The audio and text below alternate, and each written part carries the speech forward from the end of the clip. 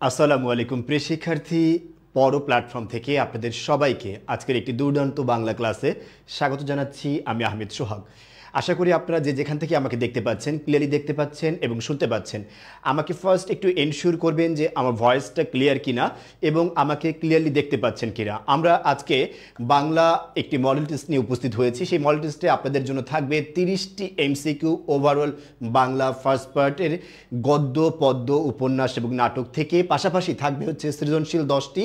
আমরা চেষ্টা করব এই সবগুলো প্রশ্নের সমাধান করে কিভাবে আগামীকাল আপনি পরীক্ষার খাতায় লেখা উপস্থাপন করবেন তার একটি বিস্তারিত আলোচনা দেওয়ার জন্য, যেটা আপনার ইনশাআল্লাহ আগামীকালকের পরীক্ষার খাতাকে খুবই স্মার্ট এবং চমৎকারভাবে উপস্থাপন করতে সাহায্য করবে। আমাকে একটু জানাবেন যে পুরোপুরি ক্লিয়ার না, সবগুলো কথা ক্লিয়ারলি শুনতে পাচ্ছেন কিনা, প্লাস ক্লিয়ারলি দেখতে পাচ্ছেন কিরম। আচ্ছা, আতাউল্লাহ হ্যানি আমাদের কাছে সাথে যুক্ত হয়েছেন, সালাম দিয়েছেন। নোরা সালাম দিয়েছেন। তারপর হচ্ছে শাসপিয়া সালাম দিয়েছেন। সব ক্লিয়ার, সব বাইক ক্লাস চালায় যান। আচ্ছা ঠিক আছে ভাইয়া, বলছে একজন জিজ্ঞেস করে বলেছেন যে সব ক্লিয়ার। তাহলে আমরা একটু 1 মিনিট অপেক্ষা করব আমাদের বাকি বন্ধুরা যেন যুক্ত হতে পারে, যেহেতু মাত্রই মাগরিবের নামাজটা শেষ হয়েছে। একটু কাজ করবেন, এই ফাঁকে আপনারা আপনাদের যে সকল বন্ধুরা আছে ইন্টারমিডিয়েট আগামীকালকের পরীক্ষার ক্যান্ডিডেট, তাদেরকে অবশ্যই দুর্দান্ত ক্লাসটায় যুক্ত করে তারাও কিভাবে পরীক্ষায় ভালো করতে পারে সেই ব্যবস্থা করে দিবেন। একটু আমি প্রত্যাশা করব যে আপনারা সবাই প্রচুর পরিমাণে শেয়ার করবেন ক্লাসটি প্রচুর পরিমাণে শেয়ার করবেন। সাউন্ড একদমই কম নাই, সাউন্ড পুরোপুরি ঠিক আছে। আপনি আপনার ফোনের ভলিউমটা একটু বাড়িয়ে নিন, সাউন্ড ক্লিয়ার আছে। হ্যাঁ, আমাকে একটু জানাবেন যে একটু ফ্রেন্ডদেরকে মেনশন করেছেন কিনা। আচ্ছা আচ্ছা, গুড। আমরা দেখতে পাচ্ছি অলরেডি 5 শতাধিক শিক্ষার্থী আমাদের সাথে যুক্ত হয়ে গিয়েছেন। আমরা চাচ্ছি যে খুব অল্প সময়ের মধ্যে আরও অধিক শিক্ষার্থীরা আমাদের সাথে যুক্ত হবে। এটা গত ক্লাসে যেহেতু 2500-র মতো ছিল, আজকের ক্লাসে ইনশাল্লাহ 3000 ক্রস করবে বলে আমরা প্রত্যাশা রাখছি। গুড। অনেকেই সালাম দিয়েছেন। অনেকেই জানতে চাচ্ছেন যে ভাইয়া সিকিউ লেখার নিয়মটা যদি একটু বলতেন তাহলে বেশি উপকৃত হতো। আচ্ছা, আপনার ইনশাল্লাহ সেটাই করব। আমরা একটু দেখব, আপনাদের ফ্রেন্ডদেরকে একটু মেনশন করবেন। এই 1 মিনিট পরে আমরা মূল ক্লাস শুরু করব ইনশাআল্লাহ। 1 মিনিট পরে আমি একটু দেখতে চাচ্ছি কারা কারা মেনশন করছেন। সামিরা তাসনিম মেনশন করেছেন, ফারিয়া খান মেনশন করেছেন। আচ্ছা, সিনথিয়া বলছেন দোয়া প্রার্থী, আরিফিন সুলতানা মেনশন করেছেন, সুমাইয়া সুলতানা মেনশন করেছেন। আরও অনেকে, সাইমন খান আরাফ মেনশন করেছেন, MST আরিফা সুলতানা সুমি মেনশন করেছেন, স্মৃতি দাস মেনশন করেছেন, বলেছেন কেমন আছেন ভাইয়া? জি আলহামদুলিল্লাহ ভালো আছি। আচ্ছা, স্বপ্ন বহুদূর, এরকম বহুদূরের স্বপ্ন যাদের আছে, যাদের স্বপ্ন আমার পিছনে ঝাপসা কালারের যেই লাল বিল্ডিংটা দেখতে পাচ্ছেন, ওই লাল বিল্ডিং যাদের স্বপ্ন, তাদের স্বপ্ন বাস্তবায়ন করার জন্য B, C এবং D ইউনিট যেটা আছে বিভাগ পরিবর্তনীয়, এই সকল বিভাগ পরিবর্তনীয় টপিকগুলো আপনার সামনে খুব সহজভাবে উপস্থাপন করে আমরা একটি চমৎকার B ইউনিট এবং C ইউনিটের কোর্স নিয়ে এসেছি এই পড়ো প্ল্যাটফর্ম থেকে। আশা করি আমাদের সেই ইউনিভার্সিটি অ্যাডমিশন কোর্সেও আপনারা খুব দ্রুতই এনরোল করবেন। অলরেডি ক্লাসটা 8 শতাধিক প্লাস শিক্ষার্থী দেখছেন। আমরা ক্লাস শুরু করে দেবো ইনশাআল্লাহ, ক্লাসটা শুরু করে দেবো। আর দেরি করবো না, যেহেতু অনেকেই যুক্ত হয়ে গিয়েছেন, আমরা ক্লাসটা শুরু করবো ইনশাআল্লাহ। আমরা যেখানে ছিলাম সেটা হচ্ছে একটু খেয়াল করতে হবে। গুড।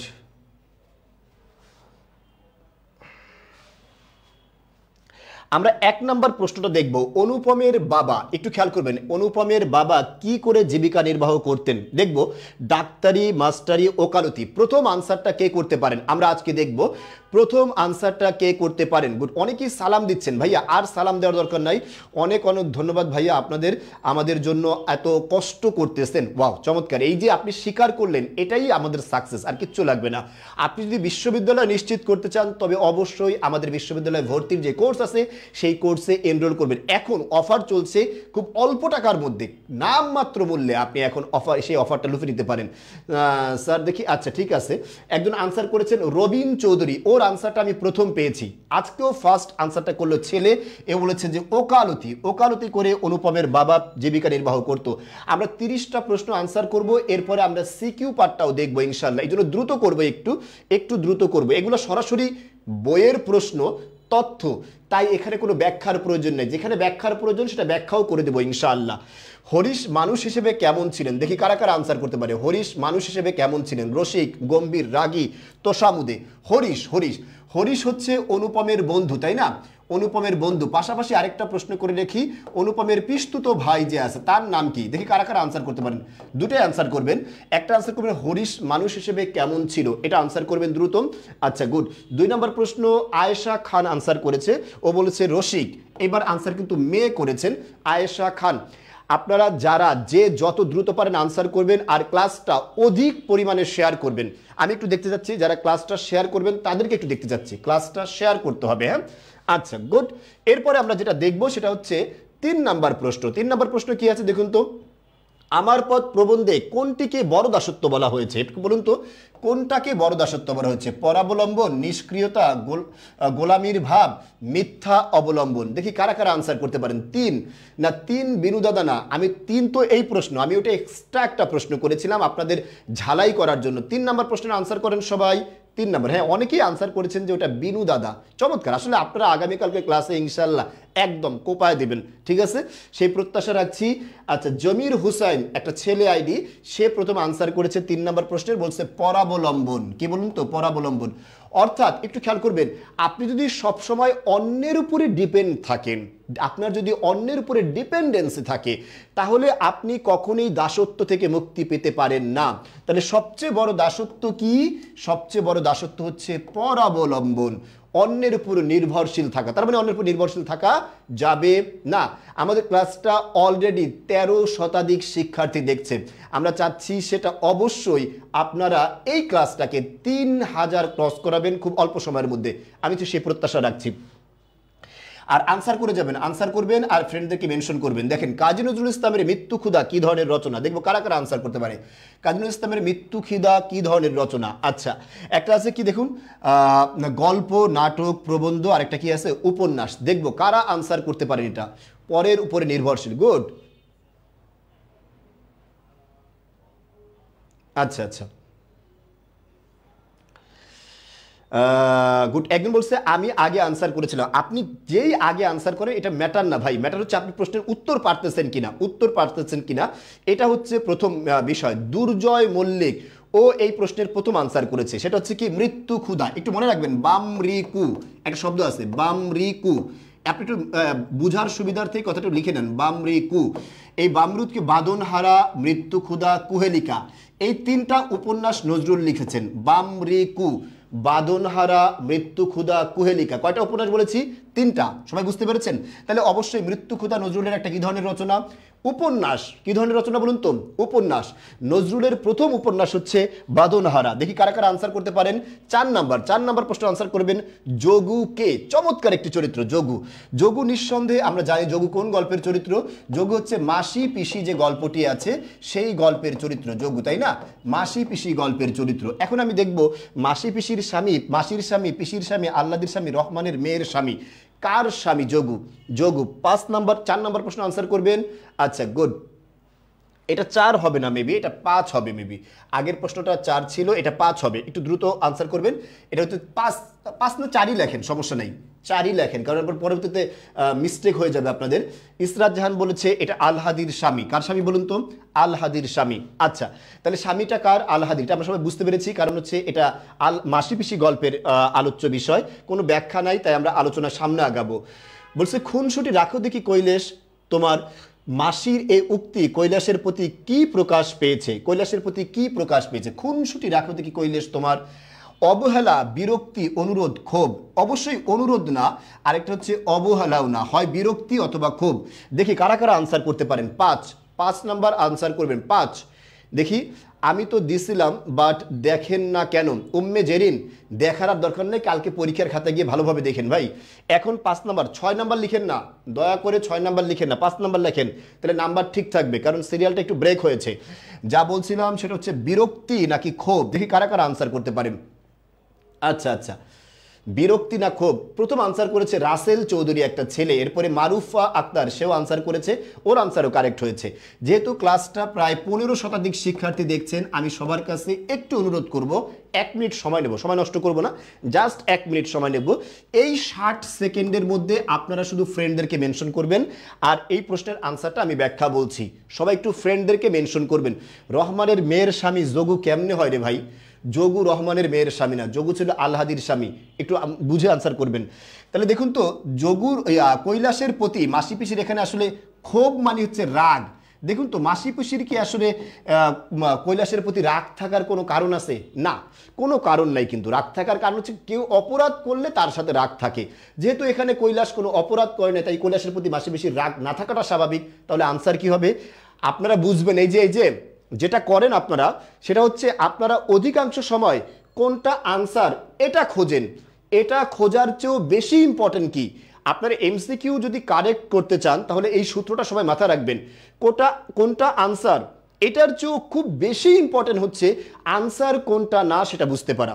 সেটাকে আগে আউট করে দিবেন, তাহলে আপনার আনসার কিছুতেই আর ভুল হবে না, কিছুতেই আর ভুল হবে না। আচ্ছা আচ্ছা ঠিক আছে, দেখেন তাহলে অবশ্যই এখানে কি প্রকাশ পেয়েছে? বিরক্তি। এখন প্রশ্ন হতে পারে যে ভাই বিরক্তি তাহলে কেন? বিরক্তি হওয়ার মূল কারণ হচ্ছে সে মাসি পিসিকে তারা বাড়ি ফিরছেন, তাকে আটকে রেখে তার সাথে কথা বলছেন। যেহেতু তারা সারাদিন কাজ করে ফিরছেন, সেই হিসেবে ওই কাজটা তাদের কাছে কি হবে? বিরক্তির কাজ হবে। ঠিক আছে, আচ্ছা গুড, চমৎকার। আমরা দেখি 6 নাম্বার প্রশ্ন কি আছে। ওসব একরকম ছেড়ে দিয়েছে যোগু। ওসব বলতে পয়েন্ট বুঝতে হবে, ওসব দ্বারা আসলে কি বোঝানো হয়েছে? মারধর করা, নেশা করা, গালাগালি করা, নাকি মামলা করা? দেখি কারা কারা বলতে পারেন। মারধর করা, নেশা করা, গালাগালি করা। আমি এসএসসি 24, এইচএসসি 26। আচ্ছা good, thank you Mukta. Good, আমরা জানি আসলে এখানে মারধর করা যে আছে এটা ইয়ের গুণ, কি বলে, বদগুণ, যোগুর। গালাগালি করার কথা এখানে উল্লেখ নাই, মামলা করার কথা উল্লেখ নেই। তাহলে এই দুটো অপশন অবশ্যই বাদ। তাহলে দুটা থেকে যে কোনো একটা হবে, হয় মারধর করা অথবা নেশা করা।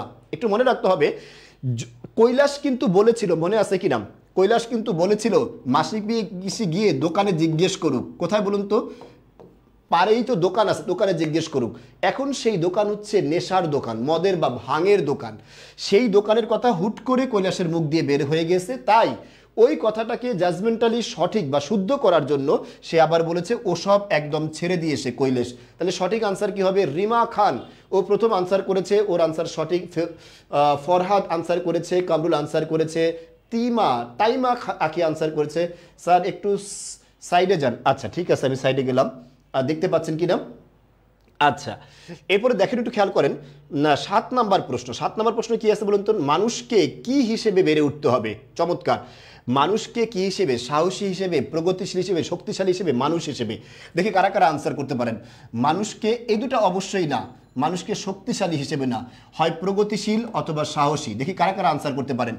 মানুষকে কি হিসেবে বেড়ে উঠতে হবে? 7 নাম্বার প্রশ্নের আনসার কে প্রথম করতে পারেন? আমরা একটু দেখব। নাইমা আহমদ বলেছে মানুষকে মানুষ হিসেবে না। আহা, মানুষকে একটু আলোচনাটা বুঝতে হবে, কিন্তু আলোচনাটা বুঝতে হবে। অধিকাংশই ভুল আনসার করতেছেন কিন্তু। মানুষকে কি হিসেবে বেড়ে উঠতে হবে? প্রগতিশীল হিসেবে গড়ে উঠতে হবে। তাহলে কি হবে? মানুষ প্রকৃতপক্ষে মানবিক মর্যাদা ঠিক রেখে মানব কল্যাণ করতে পারবে। মানবিক মর্যাদা ঠিক রেখে মানব কল্যাণ করতে পারবে যদি প্রগতিশীল হয়ে গড়ে উঠতে পারে। ঠিক আছে, একটু খেয়াল করুন। এরপর আরেকটা কি আছে? আলহাদি। আলহাদি, এই যে এটা প্রশ্নটা আছে, আচ্ছা এটা হচ্ছে 8 নাম্বার প্রশ্ন। দেখি 8 নাম্বার প্রশ্নের আনসার কারা কারা করতে পারেন। আলাদির স্বামীর ঘরে যেতে চায় না কেন? প্রশ্নটা কি হয় বলুন তো? চায় না কেন? আলাদি স্বামীর ঘরে যেতে চায় না কেন? দেখি কারা কারা আনসার করতে পারেন। স্বামীর ঘরে যেতে চায় না কেন? কারা কারা আনসার করতে পারেন দেখি। অমানবিক নির্যাতন করতে বলে, স্বামী দ্বিতীয় বিয়ে করেছে বলে, এটা না, ভুল।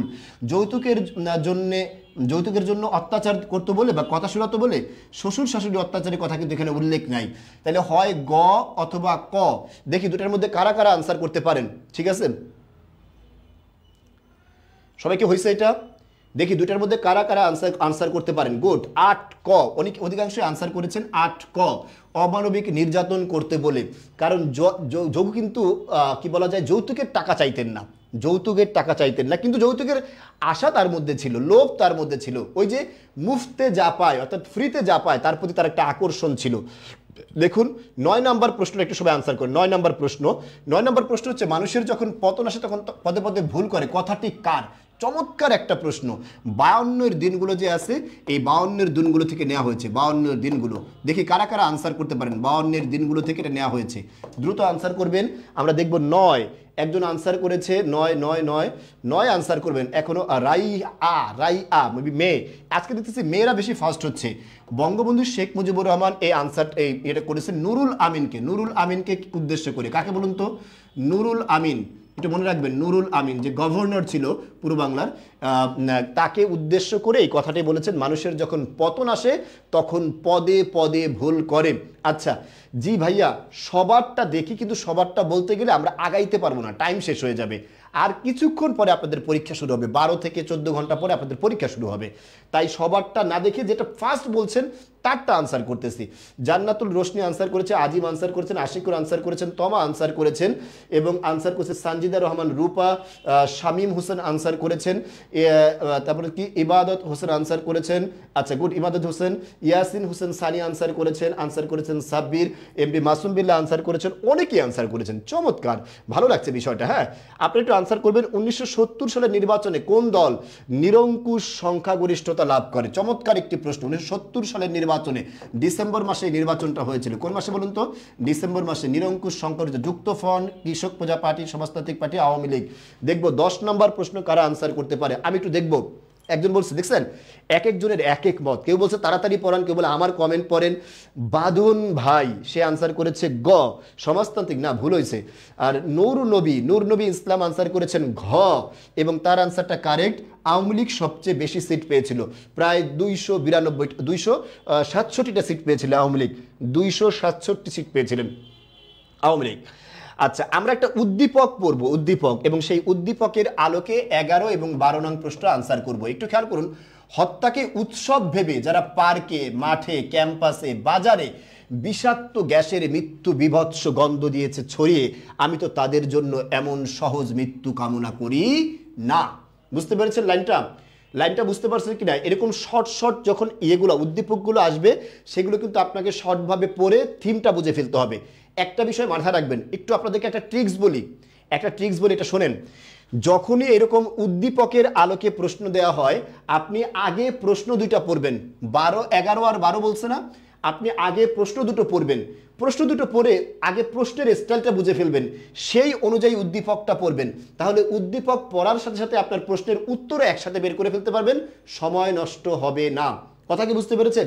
এটা কেবল আপনাদের ইন্টারমিডিয়েটের জন্য না, এটা কিন্তু আপনারা যারা অ্যাডমিশনে পরীক্ষা দিবেন তাদের জন্য। এর চেয়ে সুন্দর ট্রিক্সের মাধ্যমে আমরা বাংলা, ইংরেজি এবং জিকে কিভাবে সহজভাবে উপস্থাপন করে আপনারা সহজে ইউনিভার্সিটি অ্যাডমিশনের পরীক্ষাগুলো অংশগ্রহণ করতে পারেন, সেই সহজ পদ্ধতি শেখার জন্য আমাদের বি এবং সি ইউনিটের এবং বিভাগ পরিবর্তনের একটি চমৎকার কোর্স আছে। আমাদের কোর্সে অবশ্যই আপনারা ভর্তি হয়ে যাবেন।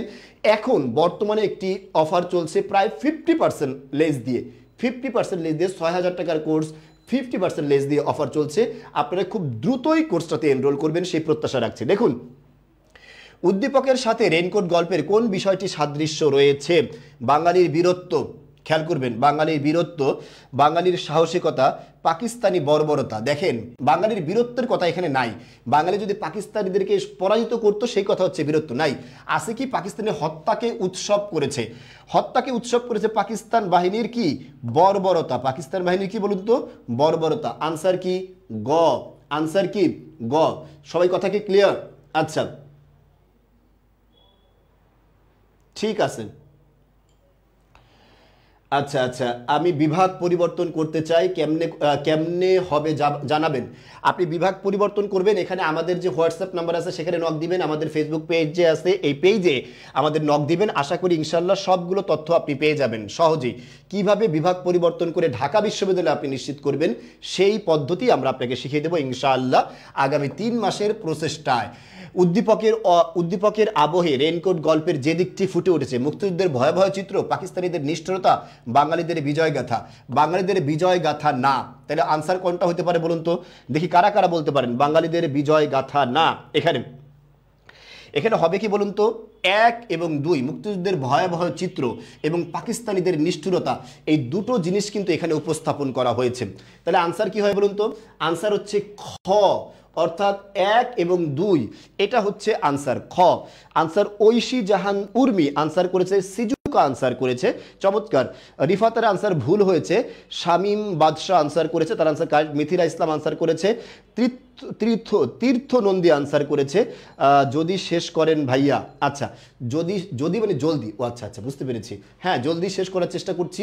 একটু আনসার করবেন এই প্রশ্নটা, কত বছর বয়সে রবীন্দ্রনাথ ঠাকুর প্রথম কাব্যগ্রন্থ প্রকাশিত হয়? আমি বলে দিলাম এটা হচ্ছে 1878 খ্রিস্টাব্দে। 1878 খ্রিস্টাব্দে কাব্যগ্রন্থটার নাম হচ্ছে বনফুল। কি কাব্যগ্রন্থ বলুন তো? বনফুল। এটা প্রথম প্রকাশিত হয়, রবীন্দ্রনাথের প্রকাশিত প্রথম কাব্যগ্রন্থ নাম বনফুল, প্রকাশিত হয় 1878 খ্রিস্টাব্দে। কত সালে? আনসার করবেন কত বছর বয়সে? 10, 15, 20 এবং 25। আনসার কি? ক, খ, গ। 13 নম্বর খ, ফাতেমা নাসরিন আনসার করেছেন, ফাতেমা নাসরিন আনসার করেছেন, চমৎকার। ও বলেছে 13 নম্বর খ, ওর আনসার কারেক্ট। বাকিরা আনসার করেন 14 নাম্বার। 14 নাম্বার বলছে নজরুলের কি আছে নিচের কোনটি নজরুল ইসলাম সম্পাদিত পত্রিকা? ওয়াও চমৎকার, একটু খেয়াল করবেন। নজরুল ইসলাম সম্পাদিত পত্রিকা, সবুজ পত্র হচ্ছে প্রমোদ চৌধুরী সম্পাদিত পত্রিকা। অগ্নিশিখা রবীন্দ্রনাথ নজরুল পত্রিকা, অগ্নিপত্র যে আছে এটা কোনো পত্রিকাই না। তাহলে একটু খেয়াল করবো, আনসার পাচ্ছি কোনটা? নবযুগ। এই নবযুগ হচ্ছে 1922 খ্রিস্টাব্দে, 1922 খ্রিস্টাব্দে নজরুল কর্তৃক প্রকাশিত একটি পত্রিকা, নজরুল কর্তৃক প্রকাশিত একটি পত্রিকা। মনে থাকবে সবার? আনসারটা ক্লিয়ার। এরপর আছে 15 নাম্বার, দেখুন 15 নাম্বার কি আছে? 15 বছর কবির হাতে রয়েছে কি? আমাকে একটু আনসার করা, আনসারটা দেখবেন। কবির হাতে কি রয়েছে? কবির হাতে মরণাস্ত্র রয়েছে, মানে মানুষ মেরে ফেলার অস্ত্র আছে, বিষের বাঁশি আছে, বাঁশের বাঁশি আছে, নাকি রণতুর্য আছে? কোনটা? দেখবো কারা কারা আনসার করতে পারেন। আচ্ছা চালো চালো শেষ করেন ভাইয়া। আচ্ছা চালো শেষ করছি, আপনি আনসার না করলে আমি চালো কিভাবে শেষ করব? 15 নম্বর আনসার করেন সবাই। আচ্ছা 15 নম্বর আমরা 15 নম্বর আছি। গুড। শামসুন্নাহার ইভা আনসার করেছে, ও বলেছে হচ্ছে গ হচ্ছে 1 আর কি 3, 1 আর 3 না 1 আর 3, একটু ভালো করে খেয়াল করতে হবে এখানে 1 আর 3 কোত্থেকে আছে? গুড। কবির হাতে কিন্তু মরণাস্ত্রটা নাই, এটা আপনাকে মাথায় রাখতে হবে, মরণাস্ত্র নাই কবির হাতে। কবির হাতে কি আছে? তাহলে 1, 2 আর 3 যেটা অপশনে আছে সেটা হবে আনসার। 2 আর 3 কোথায় অপশনে আছে? 2 আর 3 অপশনে নাই রে ভাই, সরি এটা ভুল হয়েছে, অপশন হবে গ, 2 আর 3, 2 আর 3। আচ্ছা এগুলো কি কালকের পরীক্ষায় কমন আসবে? আশা করছি কমন আসবে, তবে পুরোপুরি কমন আসলে তার হবে না, কারণ আমরা 30টা প্রশ্ন এখানে সাজিয়েছি। আমরা নমুনা প্রশ্ন ধরতে পারি, এটা মডেল টেস্ট যেহেতু, নমুনা প্রশ্ন। আচ্ছা দেখুন একটু খেয়াল করবেন, 16 নাম্বার প্রতিদান কবিতার রচয়িতাকে? একদম সহজ, একদম সহজ। আচ্ছা আচ্ছা হ্যাঁ অপশনটা নাই, ঠিক আছে ভাই, একটু দ্রুত আনসার করবেন। প্রতিদান কবিতার রচয়িতাকে? প্রতিদান কবিতার রচয়িতাকে? আচ্ছা 1 নম্বর আনসার সুকান্ত, জসিমউদ্দিন, মহাদেব শাহ, শহীদ কাদরি। এই দুইটা তো আপনাদের কোনো পাঠ্যই নেই, দুজন কবির কোনো কবিতা। তাহলে বাকি আছে সুকান্ত। সুকান্ত হচ্ছে 18 বছর বয়স, সুতরাং এটাও হবে না। তাহলে আনসার কি হবে? আনসার হচ্ছে খ। আনসার কি বলুন তো? খ। সুমাইয়া তালুকদার আপনার কমেন্ট পড়ে দিলাম। তাহারই পরে মনে কবিতায় কে গন্ধে গন্ধে অধীর আকুল হয়েছে? কে গন্ধে গন্ধে অধীর আকুল হয়েছে? দেখি কারা কারা আনসার করতে পারেন। আমের মুকুল তো গন্ধে আকুল হয় না, আমের মুকুলের গন্ধে অন্য কেউ আকুল হয়।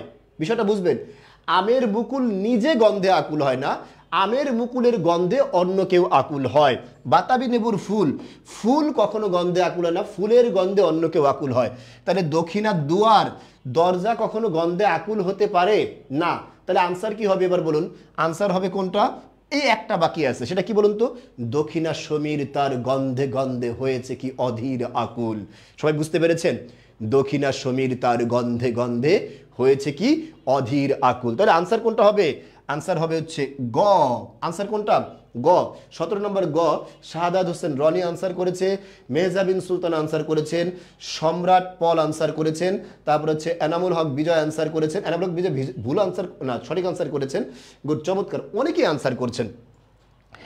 আমরা এর পরের প্রশ্নে যাব, এর আগে একটা কাজ হবে, সেটা হচ্ছে আপনারা একটু যারা আসেন ক্লাসটা কিন্তু শেয়ার করে দিবেন, ক্লাসটা শেয়ার করবেন এবং ফ্রেন্ডদেরকে মেনশন করবেন, দ্রুত ফ্রেন্ডদেরকে মেনশন করবেন এবং ক্লাসটা শেয়ার করবেন। দেখি কারা কারা করছেন এই কাজটা। 1 মিনিট এই কাজটা দেখব, তারপর আবার ক্লাস শুরু করব। আমাকে একটু জানান, 17 নম্বর প্রশ্ন আমরা পড়ে ফেলেছি। আমরা এই ক্লাসটায় অবশ্যই শেয়ার করবেন। ভাইয়া স্টার গিফট করলাম, গুড, চমৎকার। এবাদত হোসেন চমৎকার, খুব ভালো কাজ করেছেন। আমারটা পড়েন না কেন? আপনারটা পড়ে দিলাম আলিফ। এবার যারা যারা যার যার কমেন্ট শুধু তারটাই পড়বো, যারা কেবল মেনশন করবেন ফ্রেন্ডদেরকে মেনশন করেন দ্রুত। আচ্ছা আচ্ছা আচ্ছা, গুড, চমৎকার। আপনার কমেন্ট পড়ে দিয়েছি, কোনো সমস্যা নাই। শাহিন আরব ইমাল ঘ আনসার, গুড। আমার নামটা বলেন না কেন? আপনার নামটা বলে দিব যদি এমএসটি আফরিন সুলতানা সুমি। আপনি এখন 20 জন ফ্রেন্ডকে মেনশন করে দেন, 20 জন ফ্রেন্ডকে মেনশন করে দেন দ্রুত, 20 জন ভাইয়া। আচ্ছা আচ্ছা, গুড, চমৎকার।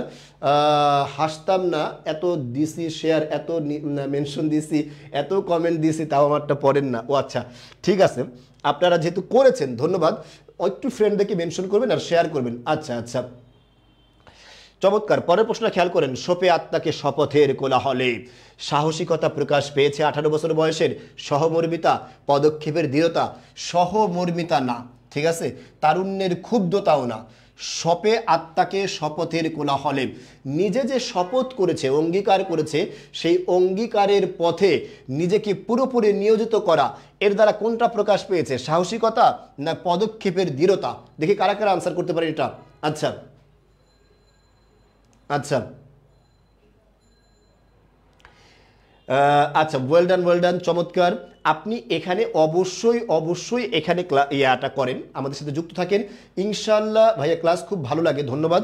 ক্লাস ভালো লাগলে অবশ্যই করে যান, এবং আমরা ব্যাখ্যা সহ আলোচনা করার চেষ্টা করছি, ব্যাখ্যা সহ প্রতিটা প্রশ্ন। দেখেন এই দুটা কেন হবে না, বলছে শপে আত্মাকে শপথের কোলাহলে। আপনি দেখে প্রশ্ন দেখে আনসার কিন্তু অনেক সময় এলোমেলো খেয়ে যাবেন যে কোনটা হইতে পারে। সহমর্মিতা হচ্ছে একজনের প্রতি দয়া বোঝায়। এখানে কি দয়া বুঝাইছে ভাই? না। আবার এখানে কি তারুণ্যের ক্ষুব্ধতাকে বোঝায়, যে রাগান্বিত, এটাকে বুঝাইছে? না। তাহলে এখানে সে যেই কাজটা করবে সেই কাজের উপর সে দৃঢ় প্রতিজ্ঞ, তাহলে কাজের উপর একদম সার্টেন, নিশ্চিত, আমরা এটাকে বলতে পারি না? তাহলে সেটা কোনটা? তার দৃঢ়তার কথা এখানে প্রকাশ পেয়েছে। গ। সবাই কি বুঝতে পেরেছেন? আমাকে একটু জানাবেন। আমরা যেভাবে শুধু প্রশ্নের আনসার করছি না, প্রশ্নের আনসারের সাথে ব্যাখ্যা করছি, অন্য অপশনগুলো কেন হবে না সেটা বলে দিচ্ছি। এই বলে দেওয়াটা আপনাদের জন্য উপকার হচ্ছে কিনা আমাকে একটু জানাবেন, আপনাদের জন্য উপকার হচ্ছে কিনা, ঠিক আছে?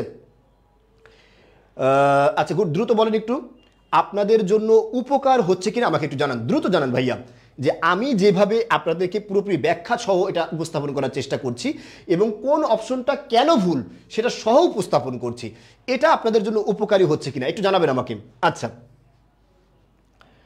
19 নম্বর প্রশ্ন একটু খেয়াল করেন। সোনার তরী কবিতাটি কোন ছন্দে রচিত? একটু চমৎকারভাবে দেখেন। সোনার তরী কবিতা কোন ছন্দে রচিত? মাত্রাবৃত্ত, স্বরবৃত্ত, অক্ষরবৃত্ত? সনেট না, নিঃসন্দেহে, একটা কেটে দিলাম, সনেট না, ঠিক আছে। আমরা ইনশাল্লাহ একদম বলছে ভাইয়া ব্যাখ্যাটা অনেক চমৎকার হচ্ছে, জি হচ্ছে, উপকার, অনেক উপকার হচ্ছে, জি ভাইয়া অনেক উপকৃত হচ্ছি, আলহামদুলিল্লাহ, অনেকেই জানাচ্ছেন, কেউ স্যালুট দিচ্ছেন, মাশাআল্লাহ, ভালো লাগছে। আমরা এখনো জানাই যাচ্ছেন যে অনেক উপকার হচ্ছে, হ্যাঁ অনেক অনেক অনেক চমৎকার। আবার থাকেন সিকিউর ক্লাসটা আপনি আজকে করেন, আপনার যদি সিকিউ সম্বন্ধে ধারণা পুরোপুরি চেঞ্জ না করে দিতে পারি, তাহলে আপনি অন্য একটা কিছু বলে যান, ঠিক আছে। আর আমি ঠিকভাবে আচ্ছা ঠিক আছে, চমৎকার, ঠিক আছে, একটু খেয়াল করেন। কোন ছন্দ রচিত সোনার তরী বলুন তো? সোনার তরী মাত্রাবৃত্ত ছন্দ। কোন ছন্দ, কোন মাত্রা? 8 যোগ 5, 8 যোগ 5 মোট 13 মাত্রা, 13 মাত্রার মাত্রাবৃত্ত ছন্দে রচিত। করো মাত্রা বলতো ভাইয়া, খুবই ভালো লাগছে ক্লাসগুলো করে, একজন জানাচ্ছেন, অনেকেই জানাচ্ছেন এটা। সোনার তরী কবিতা কোন ছন্দে রচিত, এটা আমরা আনসার করেছি। এরপরে 20 নম্বর, নেহারি শব্দের অর্থ কি? নেহারি শব্দটা অর্থ কি? নেহারি, দেখি কারা কারা আনসার করতে পারেন। নেহারি শব্দের অর্থ কি? আচ্ছা, নেহারি, শিরে নেহারি আমার নত শির ওই শিখরে হিমাদুরীর, সেই কথা বলা হয়েছে না? আচ্ছা, ফোকাস দিয়ে আপনি কন্টিনিউ, আচ্ছা খুব শর্ট, আচ্ছা গুড, চমৎকার, সুন্দর সুন্দর কমেন্ট করতেছেন অনেকেই, এবং বলছে জি ভাইয়া অনেক উপকার হচ্ছে, আপনাদেরকে ধন্যবাদ দিয়ে ছোট করলাম না, হৃদয়ের গভীর থেকে আপনাদের জন্য ভালোবাসা, গুড, চমৎকার। আসলে এই ভালোবাসার অন্যতম দাবিদার হচ্ছেন আপনাদের সকলের প্রিয় গালিব ভাই। হ্যাঁ, আচ্ছা, যা বলছিলাম, নেহারি শব্দের অর্থ হচ্ছে হার না মানা না, অনুসন্ধান করা না, শব্দার্থ সরাসরি, এখানে ব্যাখ্যা নাই। মাথা নত না করা না, এরকম। এটা আনসার কি বলুন তো? প্রত্যক্ষ করা বা দেখা, প্রত্যক্ষ করা বা কি দেখা। দেখবো কারা কারা আনসার করতে পারেন। তারপরে কি আছে বলুন তো? আছে হচ্ছে একটা উদ্দীপক আছে, উদ্দীপক দেখবেন, এবং 21-22 নম্বর প্রশ্ন। আমরা কি বলছিলাম মনে আছে? উদ্দীপক পড়ার আগে প্রশ্ন পড়তে হবে, তখন আপনি গিয়ে সহজেই উদ্দীপক পড়েই প্রশ্নের উত্তর পেয়ে যাবেন। আমার কথা কি মনে আছে? তাহলে আমরা উদ্দীপক পড়ার আগে প্রশ্নটা পড়ি। বলছে কি, উদ্দীপকের ভাব প্রতিদান কবিতার কোন ভাবটিকে ধারণ করে, এই একটা প্রশ্ন। 22 নম্বর প্রশ্ন হচ্ছে, উদ্দীপক ও প্রতিদান কবিতায় প্রকাশ পেয়েছে মানুষের প্রতি ভালোবাসা, মানুষের প্রতি অবহেলা, মানুষের শ্রেষ্ঠত্ব। বুঝতে পেরেছেন? তাহলে উদ্দীপকে প্রতিদান কবিতার কোন দিকটি ফুটে উঠেছে, সেটাই হচ্ছে মূল আলোচ্য বিষয়। উদ্দীপকে প্রতিদান কবিতার কোন ভাবটি ধারণ করে। এবার বলি আমরা উদ্দীপকটা কি দেখি। গাহি সাম্যের গান, সমতা। গাহি সাম্যের গান, সমতা। মানুষের চেয়ে বড় কিছু নাই, নাহি কিছু মহিয়ান। তার মানে হচ্ছে এখানে মনুষ্যত্ববোধ যে আছে, মনুষ্যত্ববোধ, এই মনুষ্যত্ববোধকে প্রাধান্য দেওয়া, এটা মাথায় রাখতে হবে, মনুষ্যত্ববোধকে প্রাধান্য দেওয়া। এটাই হচ্ছে এই ইয়াটা কি বলা যায়, এই উদ্দীপকটার মূল কথা, মনুষ্যত্ববোধকে প্রাধান্য দেওয়া। ঠিক আছে, সবাই কথা কি বুঝতে পেরেছেন? আচ্ছা, ওয়েল ডান। এবার একটু দেখুন তো, আমরা এখানে বলতে পারি যে সমতা আছে, সাম্য আছে, প্রতিবাদ আছে। প্রতিবাদ তো নাই এখানে, 18 প্রতিদান কবিতায় কোনো প্রতিবাদই নাই। ঠিক আছে, তাহলে আনসার কি হবে? আনসার ক, হিংসা বিদ্বেষ নাই, জাগরণ চিন্তাও কিন্তু এখানে নাই। ঠিক আছে, তাহলে আনসার হচ্ছে ক। 22 নম্বর একটু দেখবো কে আনসার করতে পারে। মানুষের উদ্দীপক প্রতিদান কবিতায় প্রকাশ পেয়েছে মানুষের প্রতি ভালোবাসা, মানুষের প্রতি অবহেলা। না, মানুষের প্রতি অবহেলা নাই। ঠিক আছে, তাহলে আমরা দেখব কোনটা আনসার হতে পারে। 22 নম্বর আনসার কি হয় বলুন তো? 22 নম্বর আনসার কি হবে? 22। গুড, আমরা দেখব 22 নম্বর প্রশ্নের আনসারটা আমাদের কোন। আচ্ছা, নাম শুনে কি হবে ভাই? এত নাম শোনার ইচ্ছা কেন? পড়াচ্ছে পড়েন। গুড, চমৎকার, অনেক সুন্দর সুন্দর কমেন্ট করছেন, শিক্ষণীয় কমেন্ট এগুলো আসলে। ঠিক আছে, আমরা একটু দেখতে পাচ্ছি 22 নম্বর একজন আনসার করেছেন গ। তার মানে এই যে 22 নম্বর আনসার করেছে তার নাম হচ্ছে আলিশা খান। আচ্ছা, গুড। ইলিয়াস বলেছেন ভাইয়া মেয়েদেরগুলো আর পড়িয়েন না, মেয়েরা আজকে ফার্স্ট হচ্ছে কেন? গতকালকে ক্লাসে ছেলেরা ফার্স্ট হয়েছিল, আজকে মেয়েরা কেন বেশি ফার্স্ট হয়ে যাচ্ছে? আচ্ছা, যেটা আমরা বলছিলাম একটু খেয়াল করেন, আপনাদের জন্য এখানে আমাদের একটা সার্কুলার আছে। সার্কুলার হচ্ছে টার্গেট ডিইউ বি ইউনিট, এবং এই ডিইউর বি ইউনিটের যে কোর্সটা, এই কোর্সটা যদি আপনি ভর্তি হন, আপনি বাংলাদেশের সবগুলো বিশ্ববিদ্যালয়ে বি ইউনিট মানে মানবিকের প্রশ্নগুলো আনসার করতে পারেন, এবং সবগুলো বিশ্ববিদ্যালয় খুব দাপুটের সাথে, কনফিডেন্টের সাথে আপনি ওই প্রতিযোগিতায় অংশগ্রহণ করে নিজেকে প্রমাণ করতে পারবেন ইনশাআল্লাহ। সেটা চট্টগ্রামে হোক, অথবা আপনার কি বলা যায়, জাহাঙ্গীরনগর যেতে আলাদা পরীক্ষা হয়, রাজশাহীতে আলাদা পরীক্ষা হয়, এই বিশ্ববিদ্যালয়গুলো, যেই বিশ্ববিদ্যালয়গুলোতে হোক, আপনি অবশ্যই আমাদের এই কোর্সটায় 50% ছাড় চলছে। 6000 টাকার একটা রেগুলার কোর্স মাত্র 2999 টাকায় যদি এখন ভর্তি হন। এই কোর্স, এই সুযোগ কিন্তু আর আপনার দীর্ঘদিন থাকছে না। আপনি অবশ্যই আচ্ছা, ঠিক আছে, দেখেন ভাইয়া, আচ্ছা বলছে ব্যাহের আগে কইছি, দেখেন চমৎকার। আপনারা আরেকটা বলছে কি, তাহারই পরে মনে কবিতাটি আছে, যে এই কবিতা তাহারই পরে মনে কবিতাটি প্রকাশিত হয়েছে কত সালে? দেখি কারা কারা আনসার করতে পারেন। 23, ক, খ, 32, 33, 35, 36। দেখবো কারা আনসার করতে পারেন। তাহারই পরে মনে কবিতা কত সালে প্রকাশিত হয়েছে? কারা কারা আনসার করতে পারেন একটু দেখবো, দ্রুত।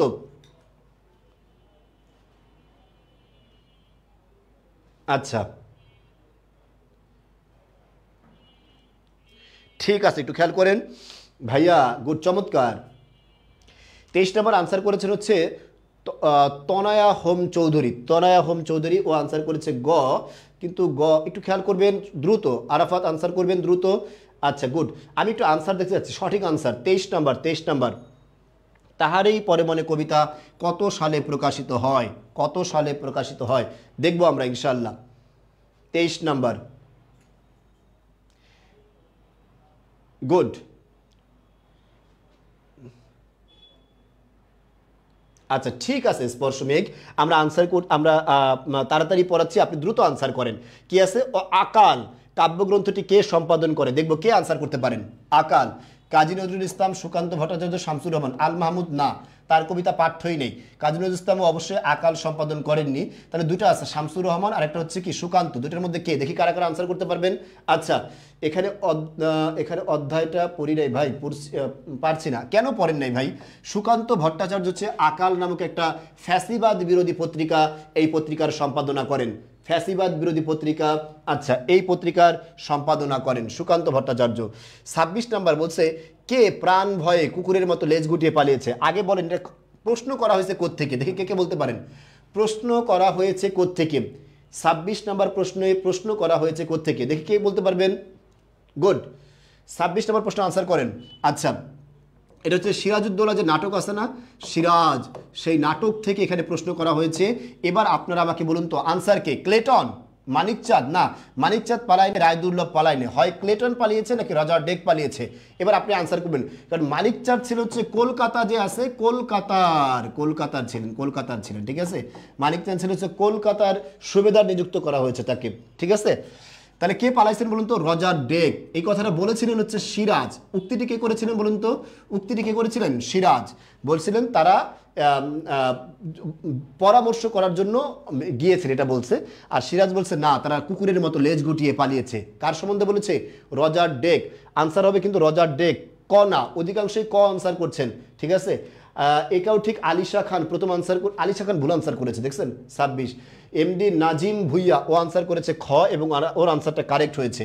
27 নম্বর প্রশ্ন আনসার করবেন সবাই। 27 নম্বর প্রশ্ন একটু দেখেন সবাই, প্রশ্নটা একটু দেখেন সবাই। 27 নম্বর প্রশ্ন হচ্ছে, যত বড় মুখ নয় তত বড় কথা, এই উক্তিটির মধ্যে বোঝানো হয়েছে কি? বাঙালিদের কথা ইংরেজদের পছন্দ হয় না, ইংরেজদের কাছে বাঙালিরা তুচ্ছ, ইংরেজদের দৃষ্টিতে বাঙালিরা কাপুরুষ। দেখি কারা কারা আনসার করতে পারেন, কারা কারা আনসার করতে পারেন, ঠিক আছে। বাঙালিদের কথা ইংরেজদের পছন্দ হয় না। অবশ্যই এখানে অপশনে একটা সমস্যা আছে, এটা আপনি মাথায় রাখতে হবে কিন্তু। রজার ডেক, অনেকেই আনসার করছেন ভাইয়া। হ্যাঁ আরাফ, আপনি আনসার করেন সঠিক, দেখবেন আপনারটাও আমি বলে দেবো ইনশাআল্লাহ ভাইয়া, ইনশাআল্লাহ। যত বড় মুখ নয় তত বড় কথা, খেয়াল করছেন? এখানে আনসার কিন্তু হবে এই দুইটা, 2 এবং 3। বাঙালির কথা ইংরেজদের পছন্দ নয়, এই কথাটা কিন্তু কারেক্ট না এখানে। যদিও এখানে আনসার দেয়া আছে ঘ, কিন্তু বেশি কারেক্ট আনসার হবে যে ইংরেজদের কাছে বাঙালিরা তুচ্ছ জাতি, আরেকটা হচ্ছে ইংরেজের কাছে বাঙালিরা কাপুরুষ জাতি। এই দুটা হচ্ছে সবচেয়ে সঠিক আনসার। সঠিক আনসারটাকে আমরা বলতে পারি গ, 1, 2 এবং 3, 2 এবং 3, এটা হচ্ছে গ নম্বর প্রশ্নের আনসার, ঠিক আছে ভাইয়া, গ নম্বর প্রশ্নের আনসার, ঠিক আছে। এরপরে দেখেন 28 নম্বর কি আছে? মজদের মুখে জামিলা থুতু নিক্ষেপের বিষয়টি প্রকাশ পেয়েছে কি? তার গর্ব না, তার হিংসা। হিংসা হচ্ছে একজনের একটা বড় কিছু আছে, ওইটা দেখে আপনার ওইটা পাওয়ার জন্য আকাঙ্ক্ষার নাম হচ্ছে হিংসা। অবশ্যই এটা না, এখানে হিংসাও না, গর্বও না। তাহলে এখন আছে কি? ক্ষোভ, আর এটা আছে ক্রোধ। একটু খেয়াল করবেন, ক্ষোভ আর ক্রোধ দুটোই কিন্তু আনসার হতে পারে। দেখি কারা কারা আনসার করতে পারেন। ক্ষোভ আর একটা হচ্ছে ক্রোধ। ক্রোধ মানে হচ্ছে আপনার মনে রাখতে হবে ইনস্ট্যান্ট রাগ। ইনস্ট্যান্ট রাগ মানে একদম তাৎক্ষণিক যে রাগ হয় সেটার নাম হচ্ছে ক্রোধ। আর ক্ষোভ হচ্ছে দীর্ঘদিন পুষা যন্ত্রণা বা কষ্টকে বলা হয় ক্ষোভ। আশা করি বিষয়টা বুঝতে পারছেন। দীর্ঘদিন অত্যাচারের শিকার হয়ে যে রাগ তিলে তিলে গড়ে ওঠে সেটাকে বলা হয় ক্ষোভ। একটু ভালো করে বুঝে নেবেন। দেখেন আমরা শুধু, আমি কিন্তু আপনাকে খেয়াল করতে হবে, আপনি কিন্তু একটাতেও আপনাকে কেবল উত্তরটা বলছি না, উত্তরগুলোর সাথে আপনি যে কাউকে জিজ্ঞেস করেন তবে আপনি নিজেও আনসার করতে গিয়ে এখানে ধরা খেয়ে যাবেন যে ভাই ক্ষোভ এবং ক্রোধ দুটো তো একই মনে হয় না, দুটো এক না। তাহলে কি হচ্ছে পার্থক্যটা? পার্থক্যটা হচ্ছে এখানে ক্রোধ মানে হচ্ছে রাগ, হঠাৎ করে রাগ হয়ে যাওয়া, কোনো কথা শুনে হঠাৎ করে রাগ হয়ে যাওয়ার নাম হচ্ছে ক্রোধ। এখানে ক্রোধ না আনসারটা, আনসার হবে কিন্তু ক্ষোভ। কারণ দীর্ঘদিন ধরে সে তার উপর অত্যাচার চালাচ্ছিল, ক্রমান্বয়ে সেই ক্ষোভ তার এখানে প্রকাশ পেয়েছে। দেখেন অধিকাংশ কিন্তু আনসার করেছেন ক্রোধ, ঠিক আছে। গুড, চমৎকার, হ্যাঁ গুড। সাইমা মিম আনসার করেছে, ওর আনসার হচ্ছে ক্ষোভ। আচ্ছা আমরা দেখব 29 নম্বর প্রশ্ন। 29 নম্বর প্রশ্ন কি আছে? অচিনপুর গ্রামে একজন সাধু বাবার আগমন ঘটে। আগে আমরা দেখব উদ্দীপক কি চাই। লাল সালুতে সাধু বাবা উপন্যাসের কোন চরিত্রের স্বরূপ? এই একটা প্রশ্ন আমাদেরকে মাথায় রাখতে হবে। সাধু বাবার আগমন ঘটেছে, তিনি নাকি ঝড় বৃষ্টি থামাতে পারেন, নদীর উপর দিয়ে হেঁটে যেতে পারেন, চাঁদকেও হাতের মুঠোয় পুরতে পারেন, ঠিক আছে। এরকম অলৌকিক কথা কার সম্বন্ধে বলা হয়তো? আওয়ালপুরের পীর সাহেব সম্বন্ধে। মনে আছে? মজিদ কিন্তু এটা বলতেন না, মতলুব মিয়া কথাগুলো বলছেন কিন্তু দুদু মিয়া না, ঠিক আছে। তাহলে বাকি আছেন কি বলুন তো? পীর সাহেব। কার সম্বন্ধে বলা হয়েছে? আওয়ালপুরের পীর সাহেব সম্বন্ধে বলা হয়েছে, এটা মাথায় রাখতে হবে। আনসার কি বলুন তো? 29 নম্বর ঘ, আওয়ালপুরের পীর। চমৎকার, আওয়ালপুরের পীর, একটু মাথায় রাখতে হবে। তারপর হচ্ছে 30 নম্বর, এরূপ মিল হওয়ার কারণ কি? তিনি সূর্যকে ধরে রাখতে পারেন, তিনি হুকুম না দিলেও নামাজের সময় গড়ায় না, তিনি মুরিদদের ভেহেশতে নিয়ে যাবেন। একটু মাথায় রাখতে হবে এখানে কিন্তু মুরিদদের ভেহেশতে নিয়ে যাওয়ার কথা ওই ইয়েতে আওয়ালপুরের পীর সাহেবের ক্ষেত্রে উল্লেখ নাই, কিন্তু উল্লেখ আছে সূর্যকে ধরে রাখতে পারেন, তার কথা ছাড়া নামাজের সময় গড়ায় না। তাহলে আনসার কোনটা হবে দেখি কারা কারা বলতে পারেন। 30 নাম্বার সর্বশেষ প্রশ্ন আজকের জন্য এমসিকিউ। এরপর আমরা সিকিউ নিয়ে বিস্তারিত আলোচনা করব, ঠিক আছে। উজ্জ্বল হোসেন মাত্র যুক্ত হয়ে বলতেছে, ভাই কেমন আছেন? আমরা প্রায় 1 ঘন্টা ধরে ক্লাসে যুক্ত আছি, আর আপনি মাত্র যুক্ত হয়েছেন, এটা কোনো কথা বলুন তো?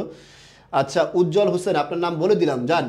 আচ্ছা মেহেজাবিন মিম আনসার লিখছেন হচ্ছে খ, খ 1 এবং খ নাম্বার হচ্ছে 1 এবং 2। গুড, চমৎকার, ওর আনসারটা হয়েছে।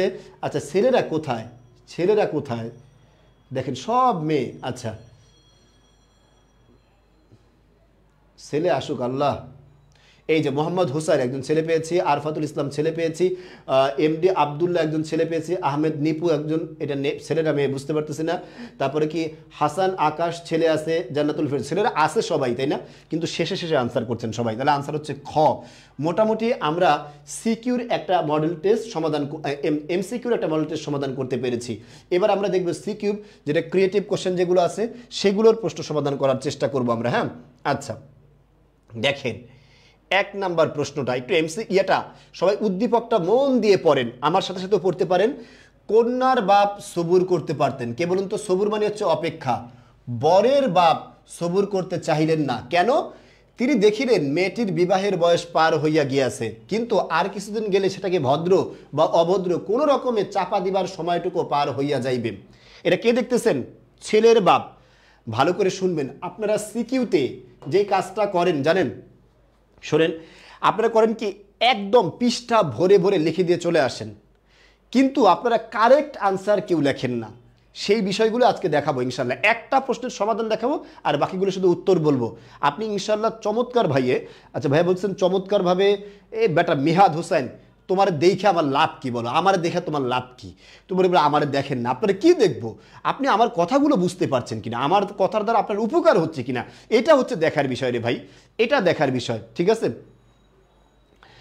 আচ্ছা ঠিক আছে ভাইয়া, দেখেন না দেখে লাভ নেই, আমার নাম দিয়ে কি হবে আমি এটা বুঝে পাই না। আপনারা ইন্টারমিডিয়েট পাস করবেন, এখন বোকার মতো কথা বলছেন ভাইয়া।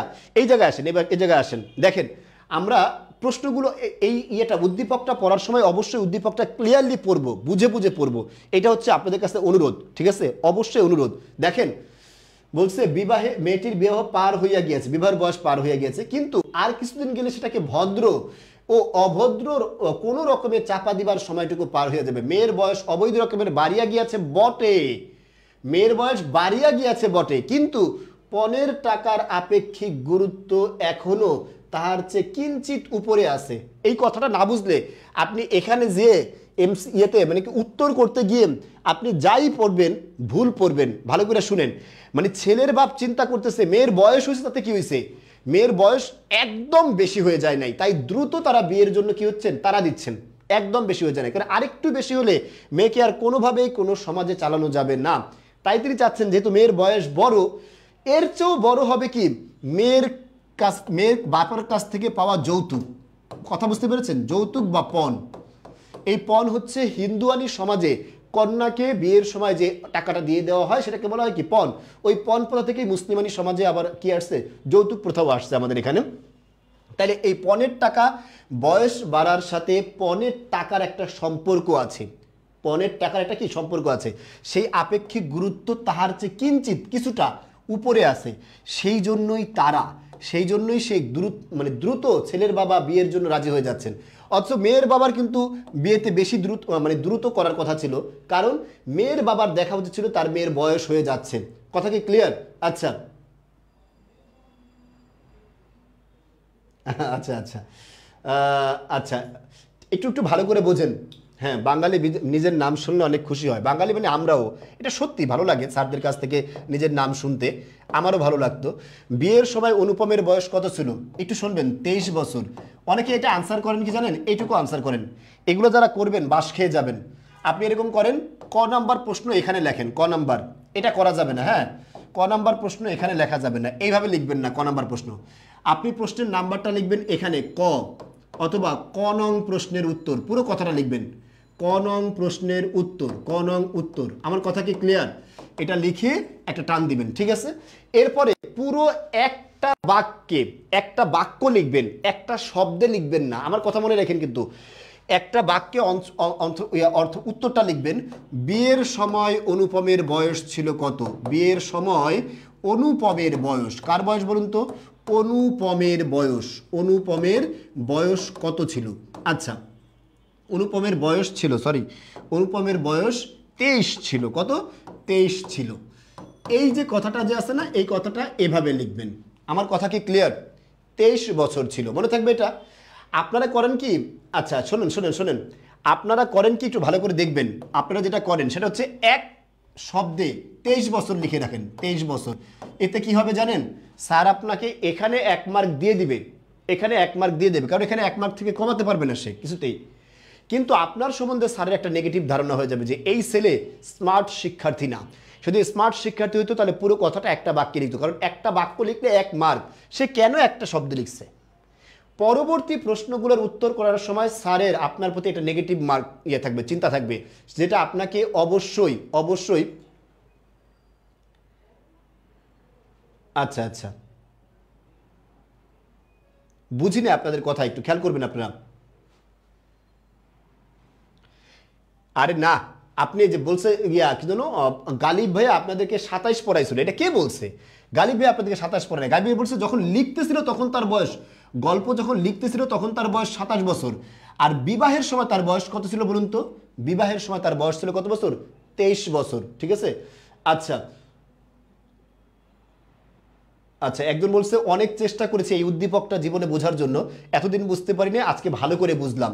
আচ্ছা ঠিক আছে, বুঝলে সমস্যা নাই। তাহলে 1 নম্বর প্রশ্নের আনসারটা কিভাবে করবেন আমি আশা করি বুঝাতে পেরেছি। এরপর আমরা দেখব 2 নম্বরে কি আছে। অন্নপূর্ণার কোলে গজাননের ছোট ভাই, একটু খেয়াল করবেন। এখানে এটা কার সম্বন্ধে বলা হয়েছে বলুন তো ভাই? কার সম্বন্ধে বলা হয়েছে? অনুপম সম্বন্ধে বলা হয়েছে। কার সম্বন্ধে বলুন তো? অনুপম সম্বন্ধে, তাই না? উক্তিটি ব্যাখ্যা করো। এবার আপনি ব্যাখ্যা করতে গিয়ে করবেন কি, এই যে দেখেন আপনারা যে ঝামেলাটা লাগান, আপনারা হ্যাঁ, গালিব ভাইয়া বলছে বিয়ের সময় 23, যে একজন ডিফেন্ড করে দিছে গিয়ে বিয়ের সময় 23, আর যখন বিয়ের সময় 23ই ছিল। গালিব ভাই বলার দরকার নাই, যে আমি বলার দরকার নেই, যে বলুক আর না বলুক, বইতে দেয়া আছে, বইতে দেখবেন বিয়ের সময় তার বয়স ছিল 23, আর যখন গল্প লিখছেন ইহাকে ছোট করিয়াই লিখিব, এই লেখাটা যখন লিখছেন তখন তার বয়স ছিল 27। আশা করি এবার ক্লিয়ার সবাই, তাই না? আচ্ছা, এখানে অনুপম সম্বন্ধে বলা হয়েছে। উক্তিটি ব্যাখ্যা করতে বলে আপনারা করেন কি জানেন? একদম গজবাদা লেখা শুরু করেন। আপনি প্রথম বাক্যের, মনে রাখতে হবে, প্রথম বাক্যের প্রথম শব্দ হচ্ছে থাকবে কি? উত্তর। দেখেন অনুপমের সাথে গজানন, মানে এই যে গজাননের ছোট ভাই যে আছে কার্তিক, কার্তিকের মিল কোন দিকে সেটা আপনি জানেন? সেটা কি আপনি জানেন? সেটা হচ্ছে চেহারার সৌন্দর্য। কি বলছি বলুন তো? চেহারার সৌন্দর্য। এই কথাটা একটু লিখবেন ভালো করে, দেখেন চেহারার সৌন্দর্য ও শারীরিক, কি লিখতে পারেন বলুন তো? শারীরিক বৃদ্ধিতে অনুপম কার্তিকের মতো অকর্মণ্য। বুঝতে পারছেন? আনসার দেখেন, এই আনসার লিখতে হবে আপনাকে। আপনি তো এই আনসার কখনোই লেখেন না, আপনি হলো গদবাদা এলোমেলো কথাবার্তা লেখেন। ঠিক আছে? হ্যাঁ, মানে কোন দিক থেকে কার্তিক এবং অনুপম একই রকম, এইটা আপনাকে লিখতে হবে ভাই, এলোমেলো লিখলে হবে না। কার্তিক এবং অনুপম কোন দিক থেকে বা কোন প্রেক্ষাপটে একই রকম সেটা আপনাকে বুঝে লিখতে হবে। ভাইয়া এক স্যার বলে বিয়ের বয়স 22, দূর কোথায় বলছে 22, এটা 23। বুঝছেন? 23 আর 27 যখন গল্প লেখে, আমি যেটা বলছি এটা আনসার করলে আপনি বই দেখেন, আমারটা আপনারটা দরকার নাই, বই দেখেন তাইলে হবে। ঠিক আছে? আচ্ছা, সবাই একটু আনসার করবেন। আচ্ছা, যা বলছে এটা ভালো করে বোঝেন। তাহলে কোন দিক থেকে? চেহারার সৌন্দর্য এবং শারীরিক বৃদ্ধিতে এবং অকর্মণ্য, অর্থাৎ দুজন একজনও প্রকৃত কাজের কাজী না, বলুন তো অকাজী, এই দিক থেকে কার্তিক এবং অনুপমের মিল আছে। এই কথাটা লিখে আপনি এবার প্রমাণ করবেন অনুপম কিভাবে চেহারার সৌন্দর্য ছিল। তার বলছে না, তার চেহারা হচ্ছে মাকাল ফলের মতো। ঠিক আছে? এই যে ফুল এবং মাকাল ফলের সাথে তুলনা করছেন না এখানে, এই ফুল মাকাল ফলের সাথে তুলনা করছে, তার চেহারার সৌন্দর্য বোঝা, যেমন সুন্দর ছিলেন কি কার্তিক, এবং সে খুব নাদুস নুদুস ছিলেন। আবার উপরে দেখতে মাকাল ফল দেখতে কেমন, উপরে হচ্ছে খুব সুন্দর কিন্তু ভিতরে খুব অন্তঃসার শূন্য।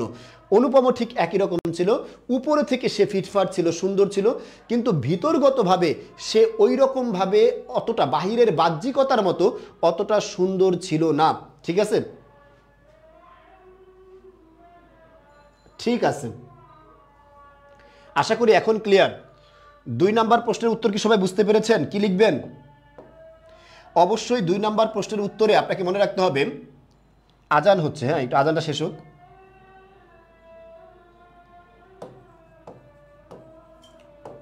আজান হচ্ছে, এখানে আজানটা শেষ হোক।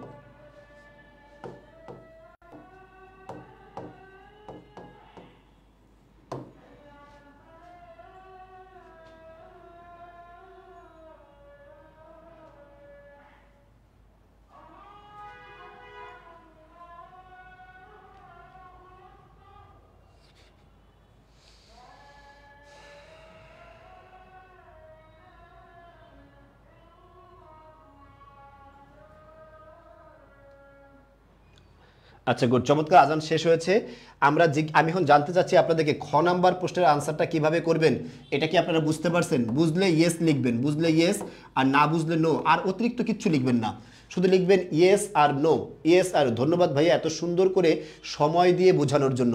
আমি একটা প্রশ্ন একদম সময় দিয়ে বোঝাবো যেন ওইভাবে আনসার করে আগামী দিন ভালো মার্ক পেতে পারেন।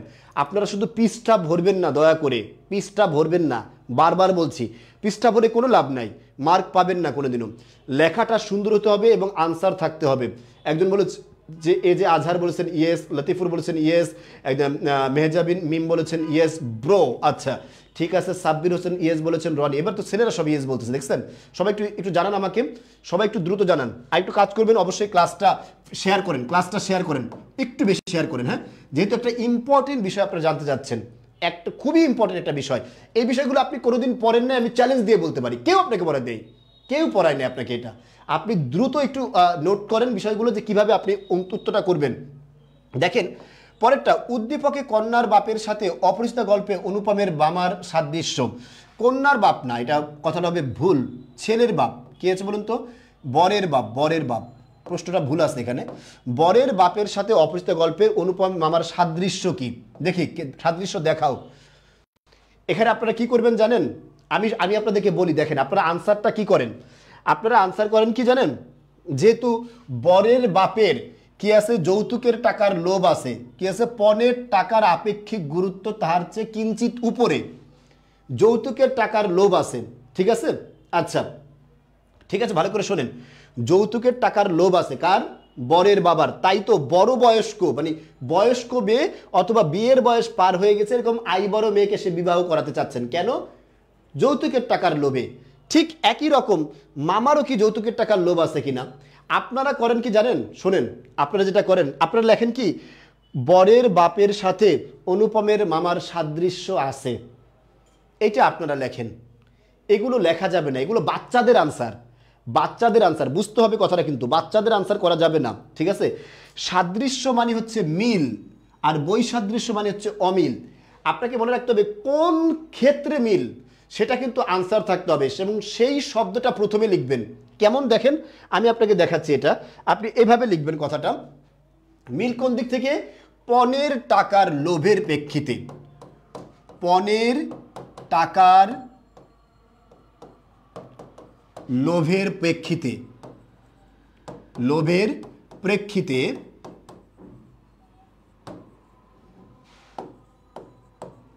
অনুপমের মামা, অনুপমের মামার সাথে, অনুপমের, শোনেন এই যে আমি এখানে কথাটা লিখবো হচ্ছে অনুপমের মামার সাথে, শুনবেন ভালো করে, স্মার্টলি আনসার করাটা শিখেন। অনুপমের মামার সাথে বরের বাবার মিল আছে, এটা হচ্ছে, অথবা বরের বাবার সাদৃশ্য আছে, এই কথাটা বইতে দেয়া আছে, তাই না? আমি যদি এই কথাটা একটু স্মার্টলি লেখার চেষ্টা করি, তাহলে কিন্তু আমার লেখা সুন্দর হয়ে গেল। আমি কিন্তু এইভাবে লিখতে পারি, অনুপমের মামা যেন, অনুপমের মামা যেন বরের বাবার প্রতীক, বরের বাবার প্রতীক। দেখুন তো একই কথা বুঝেছে কিনা? বরের বাবার প্রতীক, শুধুমাত্র কথাটাকে লাস্টের অংশটা একটু ঘুরায় দিয়েছি, কিন্তু কথা একই। স্মার্ট আনসার হয়েছে? দেখেন এইটা লেখার পরে আপনি একটু এবার আনসার করা শুরু, আপনি যেভাবে লিখতেন এবার ওইভাবে আনসার করবেন। আপনারা যেটা করেন সেটা হচ্ছে কি জানেন, প্রথমে শুধু সাজান, আনসার লেখেন না, শুধু সাজাইতে থাকে। এগুলো করবেন না। এই সমস্ত মেকআপ আপা সাইজা কোনো লাভ নাই, ঠিক আছে? মেকআপ আপা সাইজা কোনো লাভ নাই, মেকআপ ভাই মেকআপ আপা এগুলো করে কি লাভ? আপনাকে আনসার লিখতে হবে। আপনারা সব লেখেন কিন্তু আনসার লেখেন না। যখন আপনারা দেখেন যে টাইম শেষ, তখন করেন কি 2 মিনিটের মধ্যে আনসারটা লেখার চেষ্টা করেন এবং সেটা গুছাইতে গিয়ে আরও 2 মিনিট সময় নষ্ট হয়ে যায়। কথা কি ক্লিয়ার? এটা আপনাকে মাথায় রাখতে হবে। আপনি সরাসরি আনসার লিখবেন এবং ঠিক আছে, যৌতুক প্রথার প্রেক্ষিতে বলা যায় না, হ্যাঁ এটাও বলা যাবে। আলভি চমৎকার প্রশ্ন বলেছে, অনেক সুন্দর ক্লাস হচ্ছে, নাকি শুধু উত্তর দিব? আচ্ছা, শুধু উত্তর দিবেন ডিরেক্ট। উত্তর দেওয়ার পরে এই কথাটা আপনি বুঝলেন কিভাবে? আমরা এখানে দেখতে পাই, এরপরে ব্যাখ্যাটা লিখবেন, মূল কথাটা লিখবেন। আমরা এখানে দেখতে পাই বরের বাবা মেয়ের বয়স বেশি হওয়া সত্ত্বেও তাকে বিবাহিত রাজি হয়েছেন কেবল যৌতুকের টাকার সংখ্যা বেশি হবে বলে। ঠিক একই রকমভাবে অনুপমের মামাও যৌতুকের টাকার অঙ্ক ভারী হবে বলেই অনুপমকেও 16 বা 17 বছর বয়সী তৎকালীন সময়ে অগ্রহণযোগ্য বয়সী একটি মেয়েকে বিবাহ করাতে চেয়েছেন। মিল হয়ে গেল, প্রশ্নের উত্তর হয়ে গেল। উত্তর পেয়েছেন? আচ্ছা আচ্ছা আচ্ছা আচ্ছা আচ্ছা গুড, ঠিক আছে। ফেয়ার অ্যান্ড লাভলি বয়, আচ্ছা ফেয়ার অ্যান্ড লাভলি বয় কে? আচ্ছা আমাকে একটু জানাবেন বিষয়টা।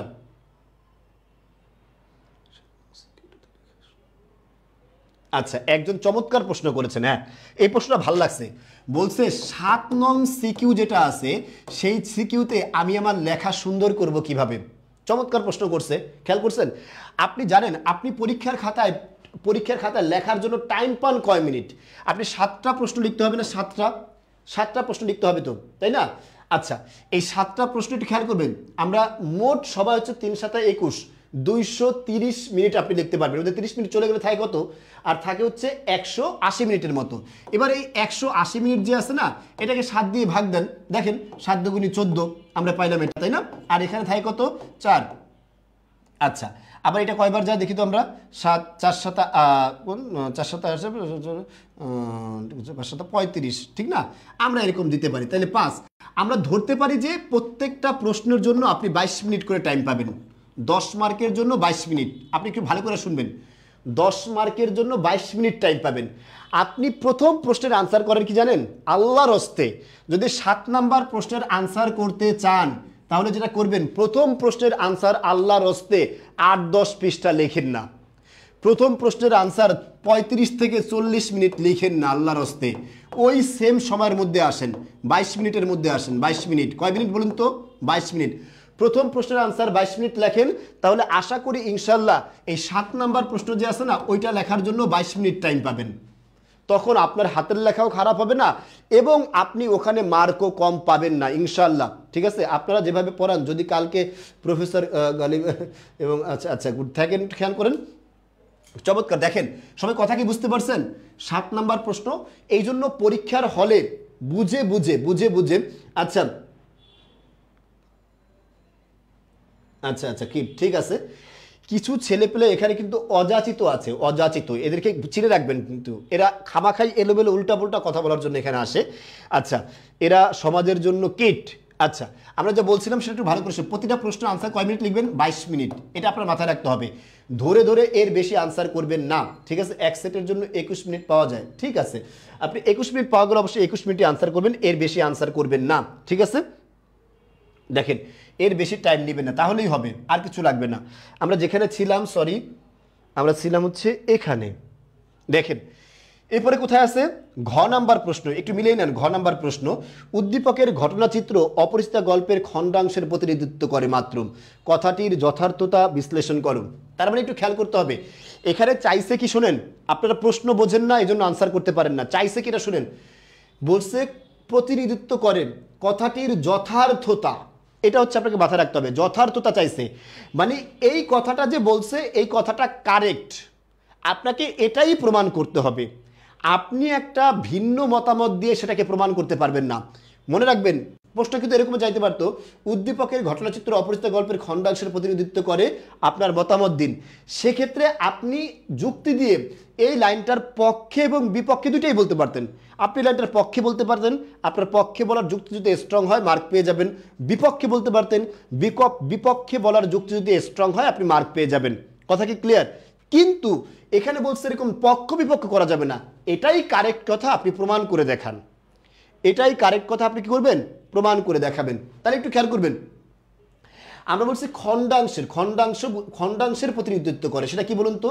কেবল যৌতুকের প্রতি আকর্ষণ, যৌতুকের প্রতি আকর্ষণ। মনে রাখতে হবে, অনুপমের মামা কিন্তু কেবল যৌতুকের প্রতি আকর্ষিত ছিলেন না। অনুপমের মামা কেবল যৌতুকের প্রতি আকর্ষণ ছিলেন না, তিনি তার একটা মানে কি বলা যায়, তার মধ্যে একটা পৈশাচিকতা ছিল। কি জানেন? সে কিন্তু গহনা যে আছে না, আপনি বলুন তো সে গহনা মাপছে কেন? গহনা মাপছে কেন? সে তো এর চেয়ে বেশি গহনা তার ভাগিনাকে পরায় নিয়ে আসছে, তারপরও গহনা মাপছে কেন? আপনারা এই প্রশ্নের আনসারগুলোই বোঝেন না, পরে করেন কি পৃষ্ঠা ভরা লিখে দিয়ে আসেন, স্যাররা মার্ক দেয় না, সব দোষ স্যারদের। কিন্তু আপনি যে প্রশ্নই বোঝেন নাই, আনসার বুঝবেন কোত্থেকে? গহনা মাপছে কেন এটা আপনাকে মাথায় রাখতে হবে। গহনা মাপছে হচ্ছে সে বিশ্বাস করত মেয়ের বাবা নিঃসন্দেহে এই গহনাতে কোনো 2 নাম্বারই করবে, হয় ওজনে কম দিবে, নয় সংখ্যায় কম দিবে, অথবা 2 নাম্বার গোল্ড দিবে, স্বর্ণ 2 নাম্বার দিবে, মান খারাপ দিবে। এরকম 3টার যে কোনো একটা অন্যায় সে করবে, মেয়ের বাবা সেই অন্যায় করবে, আর অনুপমের মামার কাছ থেকে সেই অন্যায় সে ধরা খেয়ে যাবে। এই যে ধরা খেয়ে যাওয়ার পরে সে লজ্জিত হবে, এই যে লজ্জিত হয়ে তার মাথা যে একবার হেট হবে বেয়াই বাড়িতে, আর যে কখনো সে উঁচু করে বড় গলায় কথা বলতে পারবে না, এই পৈশাচিক শান্তি নেয়ার জন্য অনুপমের মামা গহনা মাপার জন্য সাথে করে শেকরা নিয়ে গেছে। আমি কথা কি বুঝতে পারছি? তাহলে আপনি একটু খেয়াল করেন, এই কথা তো আপনাকে কেউ বলে নাই, এখনো বলছে কেউ? কখনো বলে নাই কোনো ক্লাসে। তাহলে অনুপমের মামার মধ্যে শুধু গহনার জন্য লোভ ছিল, যে যৌতুকের জন্য লোভ ছিল এরকম না, তার মধ্যে একটা বড় দিক ছিল হচ্ছে তার আত্মীয় যে হবে, বিশেষ করে বেহাই বাড়ির আত্মীয় হবে, সে যেন তার কাছে ছোট থাকে, তার কাছে সবসময় মাথা নিচু করে থাকে, এই রকম একটা ভাব তার মধ্যে সবসময় ছিল। তার মানে তিনি অনেক বড় মাপের, আমরা বলতে পারি শঠ ব্যক্তি, শঠ, তার মধ্যে শঠতা ছিল। কি ছিল? শঠতা ছিল, ছিল কুসংস্কার ছিল। কি ছিল বলুন তো? কুসংস্কার ছিল, অশিক্ষা ছিল। ঠিক আছে, অশিক্ষা ছিল। তারপর হচ্ছে এই গল্পের মধ্যে আবার দেখি যার মধ্যে শিক্ষা আছে তার মধ্যে আবার কি আমিত্বহীনতা ছিল, ব্যক্তিত্বহীনতা ছিল। সে কে? অনুপম। এই সব কি এখানে আসছে বলেন? এই সব এখানে আসছে না। তাহলে আমরা বলতে পারি কি, গল্পের বিশালতার ভিত্তিতে অথবা প্রেক্ষাপটের বিশালতার ভিত্তিতে এই উদ্দীপক অনুপম গল্পের কেবল খণ্ডিত অংশ। আনসার বুঝতে পারছেন? প্রেক্ষাপটের বিশালতার ভিত্তিতে, প্রেক্ষাপটের বিশালতার ভিত্তিতে এই উদ্দীপক কি জানো, অপরিচিতা গল্পের কেবল খণ্ডাংশের প্রতিনিধিত্ব করে। আপনার কিন্তু আনসার হয়ে গেছে, খেয়াল করছেন? কোন প্রেক্ষিতে এটা খণ্ডাংশ সেটাও আমি বলে দিয়েছি, তারপরে কোন গল্পের খণ্ডাংশ সেটাও বলে দিয়েছি, এবং আমি এই কথাটাকে সাপোর্টও করেছি। তারাও তো বলছে এটাকে সাপোর্ট করতে বলছে, যথার্থ বিশ্লেষণ করতে বলছে, তাই না? এবার যথার্থটা বিশ্লেষণ কোনভাবে, আমরা কিন্তু সবগুলো পয়েন্ট আপনাদেরকে প্রথমেই বলে দিয়েছি। কোন কোন ক্ষেত্রে? তার মামা ছিলেন শট। কেমন ছিলেন? শট। শট মানে হচ্ছে ধূর্ত, অত্যধিক চালাক, অত্যধিক চালাক, ঠকবাজ, যে অন্যকে ঠকাইতে পছন্দ করতুম। ঠিক আছে, অন্যকে ঠকাতে পছন্দ করতুম। ঠিক আছে। আর আরেকটা হচ্ছে তার মধ্যে কুসংস্কার ছিল, অশিক্ষা ছিল, ব্যক্তিত্বহীনতা ছিল। এই সকল দিকের সবগুলো দিক কিন্তু এই এর মধ্যে কি বলে, এই উদ্দীপকের মধ্যে ফুটে ওঠেনি, এই উদ্দীপকের মধ্যে ফুটে ওঠেনি। তার মানে আমরা বলতে পারি প্রেক্ষাপটের সংক্ষিপ্ততার দিকে বা প্রেক্ষাপটের বিশালতার ভিত্তিতে এই উদ্দীপক অপরিচিতা গল্পের কেবল খণ্ডিত অংশ, এবং সেইগুলো আপনি একে একে প্রমাণ করে দিবেন, এবং এইটুকু প্রমাণ করতে পারলে আপনার আনসার হয়ে যাবে। ঠিক আছে, তাহলে আপনি আনসার কতটুকু লিখবেন এটা একটা বড় বিষয়। ঠিক আছে, আমি তো ঘ নাম্বারটাই বলতেছি, কাজী নুরুদ্দিন জিয়াদ। আপনি কি বুঝতে পেরেছেন? সবাই কথা কি ক্লিয়ার? সবাই এই ফাঁকে একটা কাজ করবেন, অবশ্যই ক্লাসটা শেয়ার করবেন, ফ্রেন্ডদেরকে মেনশন করবেন। আর একটা বিষয় আমাকে একটু এনশিওর করবেন যে আমি যে এতক্ষণ আপনাকে বললাম ঘ নাম্বার প্রশ্নটা কিভাবে আনসার করবেন, এটা কি আপনি বুঝতে পেরেছেন কিনা? বুঝতে পারলে ইয়েস লিখবেন, না বুঝলে নো লিখবেন, প্রয়োজনে আবার ব্যাখ্যা করব। আপনি আমাকে জানান ভাইয়া আনস যদি লিখে দিতেন। আচ্ছা, আনসটা যদি আমি লিখি, আচ্ছা দেখেন,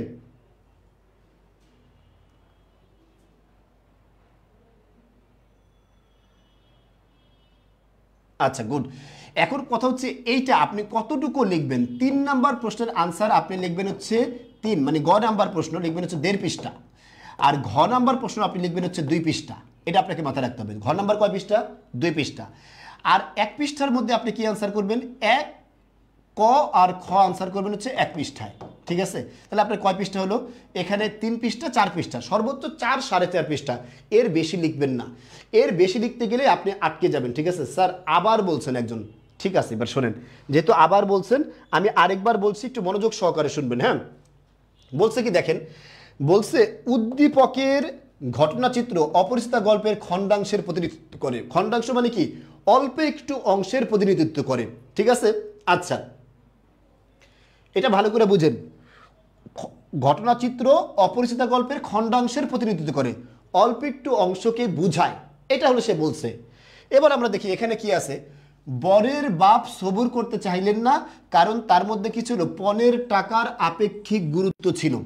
তার মানে এখানে উপস্থাপিত হয়েছে কেবল পণ বিষয়টা, যৌতুক বিষয়টা যে আছে, এই যৌতুক বিষয়টা এখানে কেবল উপস্থাপন হয়েছে। এখন আপনি আমাকে উত্তর দেন ভাই, অপরিচিতা গল্পের মধ্যে পুরো গল্পটা জোড়া কেবলই কি আপনার যৌতুক প্রথার কথা বলা হয়েছে? যৌতুকের কথাকে উপস্থাপন করা হয়েছে? না। মামার সঠতা, এটা আপনাকে মাথায় রাখতে হবে। মামার সঠতা, কুসংস্কার এবং কি বলা যায় হীনতা। ঠিক আছে, ছোট লোকী ভাব, যেটা হীনতা বলি আমরা, হীনতা। তারপরে আরো কি আছে? অশিক্ষা। আবার কি আছে দেখেন? ব্যক্তিত্বহীনতা। কি আছে বলুন তো? ব্যক্তিত্বহীনতা, এই বিষয়গুলো আছে। এরপরে আরো কয়েকটা দিক আছে। কি আছে বলুন তো? অনুপমে কল্যাণীর বাবার দাতব্য পরায়ণ দিক। আচ্ছা, আবার কি আছে? কল্যাণীর হচ্ছে পরহিতকামিতা। ঠিক আছে, পরহিতকামিতা, এগুলো কে করেছেন? কল্যাণী করেছেন, তাই না?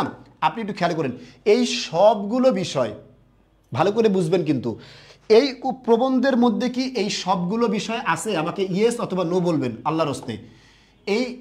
এই সবগুলো বিষয়। তারপর তার মায়ের পরনির্ভরশীলতা, অনুপমের মা পরনির্ভরশীল না? পরনির্ভরশীল যে আছে, মায়ের পরনির্ভরশীলতা, অনুপমের ব্যক্তিত্বতা, মামার সঠতা। ঠিক আছে, কল্যাণীর বাবা দাতব্য পরায়ণ, মানে অন্যের চিকিৎসা করে। ঠিক আছে, আবার আভিজাত্য আছে। কল্যাণীর বাবার কি আছে? আভিজাত্য আছে। এবার আপনি বলেন, এই সবগুলো বিষয় কি এই উদ্দীপকের মধ্যে আছে? আমাকে একটু আনসার করবেন, ইয়েস অর নো, বুঝে আনসার করেন কিন্তু। ঠিক আছে, 1 নাম্বার দিয়ে আনসার করবেন, 1 নাম্বার লিখে ইয়েস অর নো।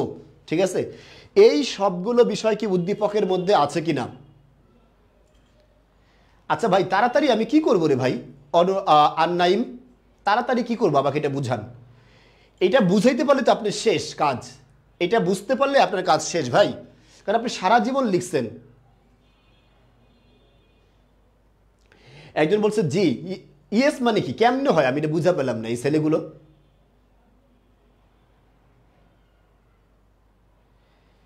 ভালো করে শোনেন, একটু ভালো করে আল্লাহর হস্তে শোনেন। ঠিক আছে,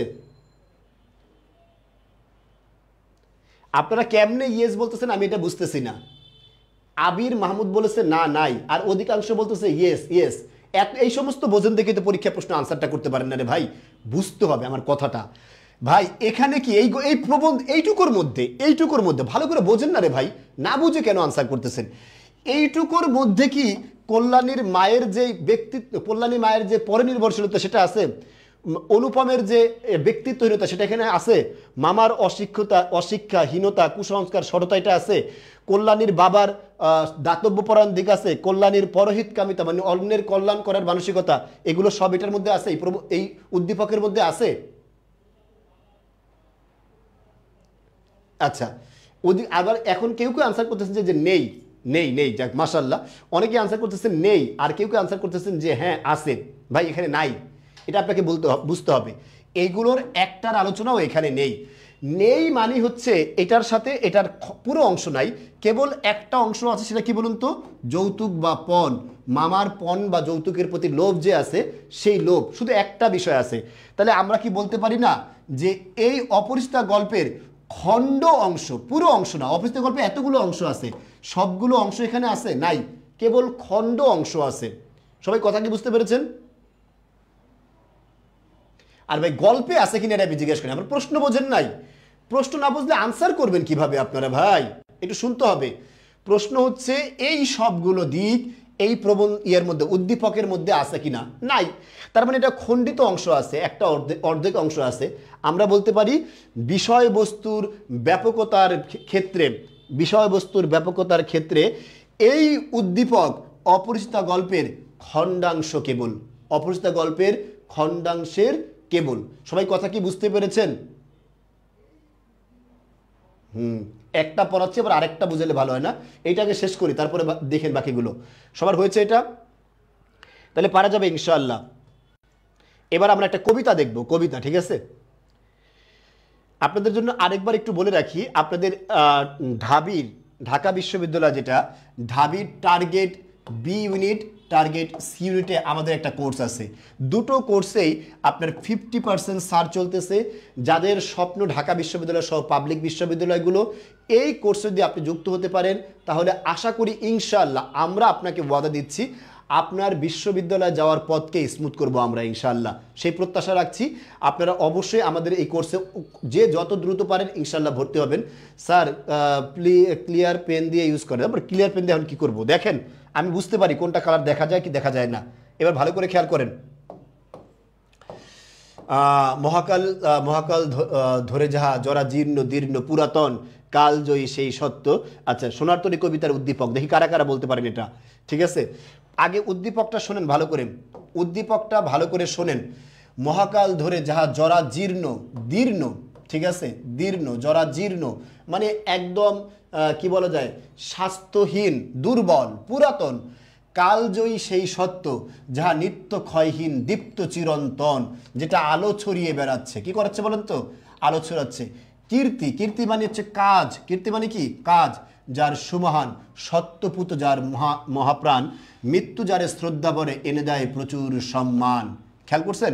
এটা হচ্ছে একটা উদ্দীপক। উদ্দীপকের আলোকে আমরা কি বলা যাব, কবিতা দেখব। আচ্ছা, বলছে সোনার তরী কবিতার অধিকাংশ পংক্তি কত মাত্রার পূর্ণ পর্বে বিন্যস্ত। গুড। সোনার তরী কবিতা হচ্ছে 8+5, 8+5 কত বলুন তো ভাই? 8+5 মাত্রার। তাহলে আমরা বলতে পারি প্রথম বিন্যস্ত হচ্ছে কত মাত্রার পূর্ণ পর্বে। পূর্ণ পর্ব হচ্ছে আপনার 8 মাত্রা। কত মাত্রা বলুন তো? পূর্ণ পর্ব কত মাত্রা? 8 মাত্রা।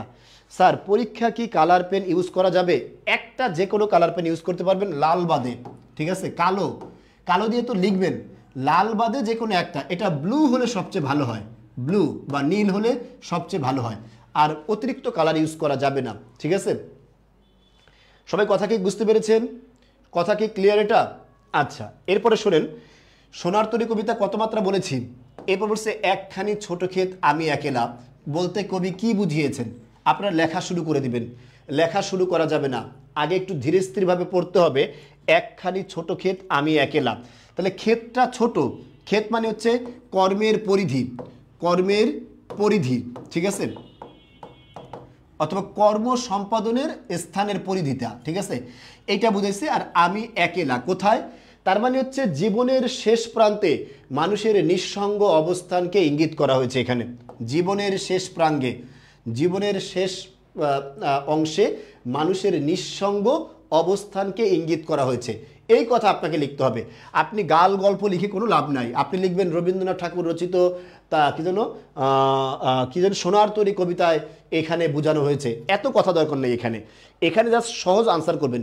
আর রবীন্দ্রনাথ লিখছে, নজরুল লিখছে, নাকি কে লিখছে, কোন কবিতা, কোন গদ্য, কোন পদ্য, এটা লিখবেন আপনি 3 আর 4 নাম্বার প্রশ্নে। কত নাম্বার প্রশ্নে বলুন তো?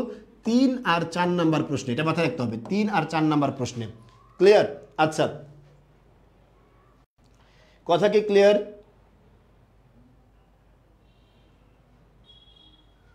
আচ্ছা আচ্ছা, ঠিক আছে।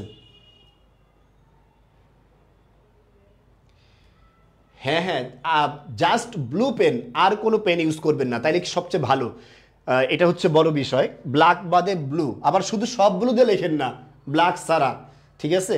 আপনারা আবার আসেনও তো ভালো, ঠিক আছে? আচ্ছা আচ্ছা, ঠিক আছে,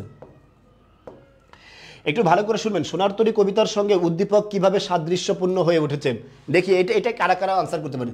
কিভাবে সাদৃশ্যপূর্ণ মানে কি, মিল আছে কোন দিক থেকে, ঠিক আছে? মিল আছে কোন দিক থেকে, ঠিক আছে? আমরা বলতে পারি এখানে মানুষের যে জীবনের কর্ম আছে না, এই কর্ম স্থায়ী। খেয়াল করবেন, মানুষের মৃত্যু বলে সত্যপ্রত যার মহাপ্রাণ, মৃত্যু যারে শ্রদ্ধা করে এনে দেয় প্রচুর সম্মান।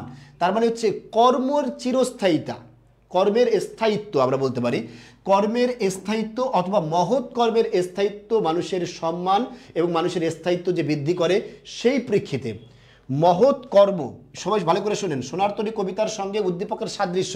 সোনার তরী কবিতায় আমরা জানি কি, ব্যক্তি সত্তা চিরস্থায়ী নয়, কিন্তু তার কর্ম চিরস্থায়ী, তাই না? আচ্ছা, এখানেও কি বলছেন, কালজয়ী সেই সত্য যাহা নিত্য ক্ষয়হীন, যার কোনো ক্ষয় নেই, ঠিক আছে? মানুষের যে কর্ম, কীর্তি যার, যার কাজ বা কর্ম সুমহান হবে, সেই মানুষের কোনো ক্ষয় নেই, এই কথাগুলো এখানে আছে। তার মানে আমরা বলতে পারছি কর্মের স্থায়িত্বের ভিত্তিতে, কর্মের স্থায়িত্বের ভিত্তিতে সোনার তরী কবিতার সাথে উদ্দীপকের সাদৃশ্য রয়েছে, অথবা সোনার তরী কবিতা উদ্দীপকের প্রতিনিধিত্ব করে, উদ্দীপক সোনার তরী কবিতার প্রতিনিধিত্ব করে। কথাগুলো ভালো করে বুঝেন। আচ্ছা, কথা কি ক্লিয়ার এটা? আচ্ছা আচ্ছা, এখনো সেই সাদা পেন কালো কলম এইগুলো নিয়ে পড়ে আছেন আপনারা, আল্লাহ আপনাদেরকে যে কি দিচ্ছে।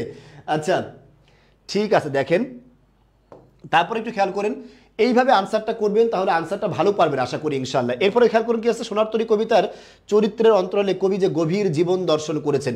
গভীর জীবন দর্শন হচ্ছে, খেয়াল করেন এখানে পরীক্ষায় আসতে পারে কি, জীবন দর্শনটা কি। জীবন দর্শনে কয়েকটা প্রেক্ষাপট, একটা হচ্ছে জীবন গতিশীল, এটা আমরা জানি, জীবন কি বলুন তো, গতিশীল, এটা এই গল্পের মধ্যে, এই সোনার তরী কবিতার মধ্যে আছে। তারপরে জীবনের প্রতিবন্ধকতা থাকবে, জীবনে কি থাকবে বলুন তো, প্রতিবন্ধকতা থাকবে, ঠিক আছে? এই প্রতিবন্ধকতা থাকবে। আবার সকল বাধা ডিঙানো, এই বাধা আপনাকে ডিঙিয়ে সামনে চলতে হবে, বাধা ডিঙিয়ে সামনে চলা, এটাও এই কবিতার মূল থিমের একটি অংশ। এরপরে আরেকটা বিষয় কি আছে দেখুন তো, আরেকটা বিষয় হচ্ছে মানুষের কর্ম কি আছে, কর্মের স্থায়িত্ব, কর্মের স্থায়িত্ব। আচ্ছা, এরপর আছে ব্যক্তি সত্তা অস্থায়ী, ব্যক্তি সত্তা কেমন থাকে বলুন তো, অস্থায়ী। আচ্ছা, এই কথাগুলো এই গল্প মানে সোনার তরী কবিতার মূল থিমও বলতে পারেন, অথবা জীবন দর্শন বলতে পারেন, ঠিক আছে? এই দর্শনগুলো এখানে ফুটিয়ে তোলা হয়েছে। এবং ইতিহাস বা মহাকাল ব্যক্তির কর্মকে গ্রহণ করলেও ব্যক্তির অস্তিত্বকে গ্রহণ করে না, ব্যক্তি সত্তার অস্তিত্বকে গ্রহণ করে না। হ্যাঁ, কর্ম নশ্বর, এই দিক থেকে চমৎকার, মোনালিসা হোসেন চমৎকার একটা কথা বলেছেন, হচ্ছে কর্ম নশ্বর, এই দিক থেকে উদ্দীপকের সাথে সোনার তরী কবিতার সাদৃশ্য রয়েছে। হ্যাঁ, এটাও লেখা যাবে, চমৎকার।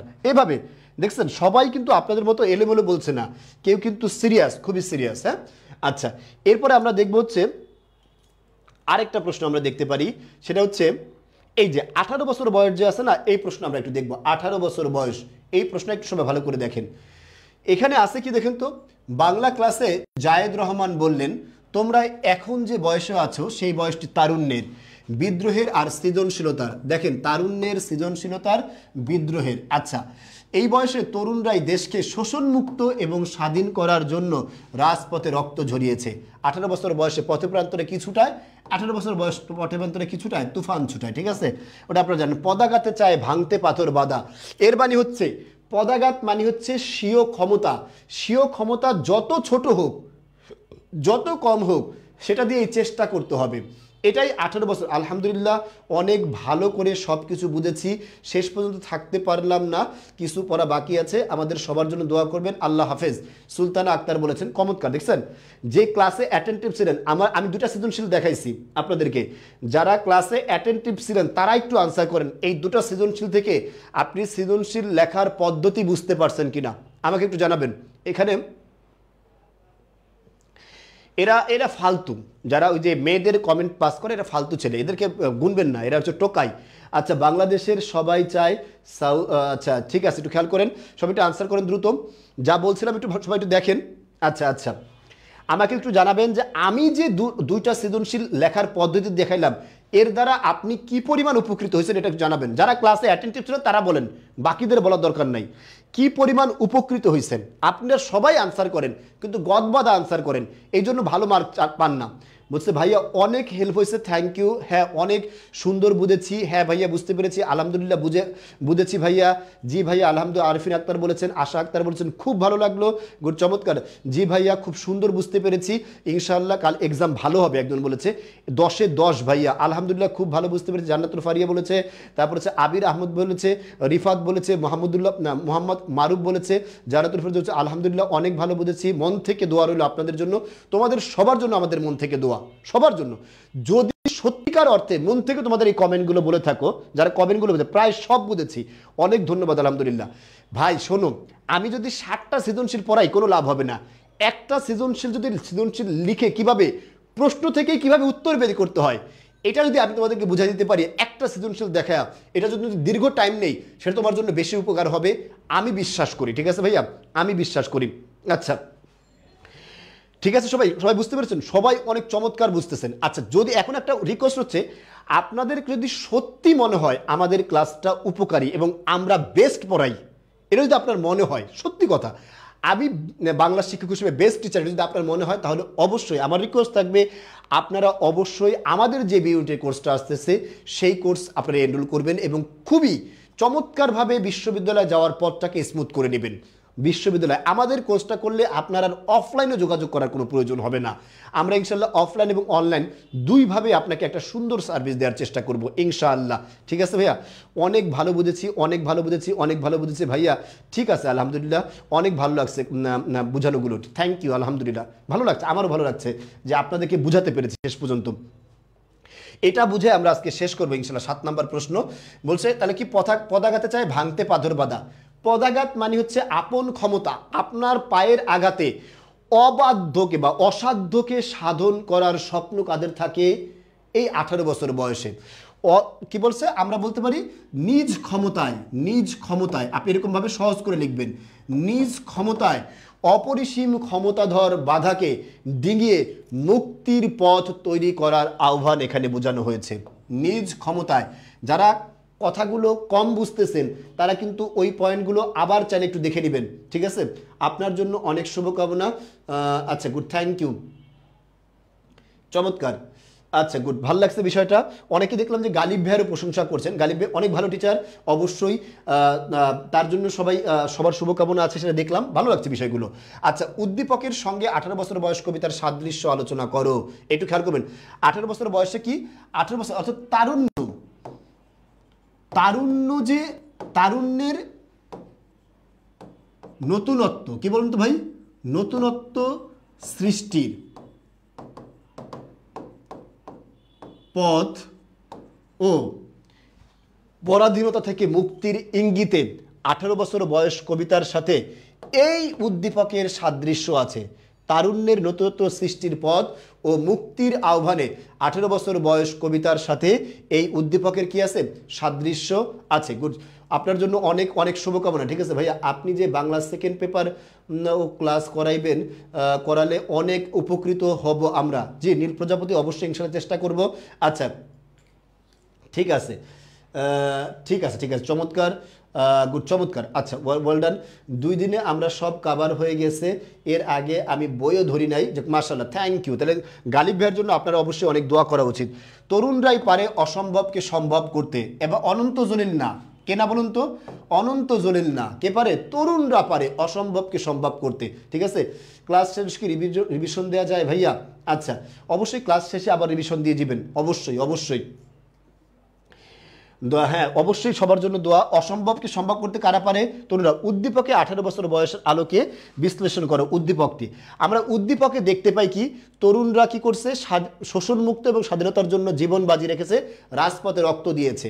তার মানে হচ্ছে মুক্তি এবং স্বাধীনতা। একটু খেয়াল করুন, পরাধীনতা থেকে মুক্তি এবং স্বাধীনতার প্রেক্ষাপটে 18 বছর বয়স এবং উদ্দীপক 18 বছর বয়স এবং উদ্দীপক একই রেখার এপিট ওপিট, একই রেখার এপিট ওপিট, এই কথাটা বলা যায় ঠিক না। এবং 18 বছর বয়সে উদ্দীপকেও আমরা দেখতে পাই তারুণ্যই পারে কেবল, মনে রাখতে পারবেন, তারুণ্যই কেবল মুক্তি নিয়ে আসে, পরাধীনতা থেকে মুক্তি দেয়, অথবা মানুষকে স্বাধীনতার স্বাদ দিতে পারে কে? তারুণ্য। এটা হচ্ছে আপনাকে মাথায় রাখতে হবে।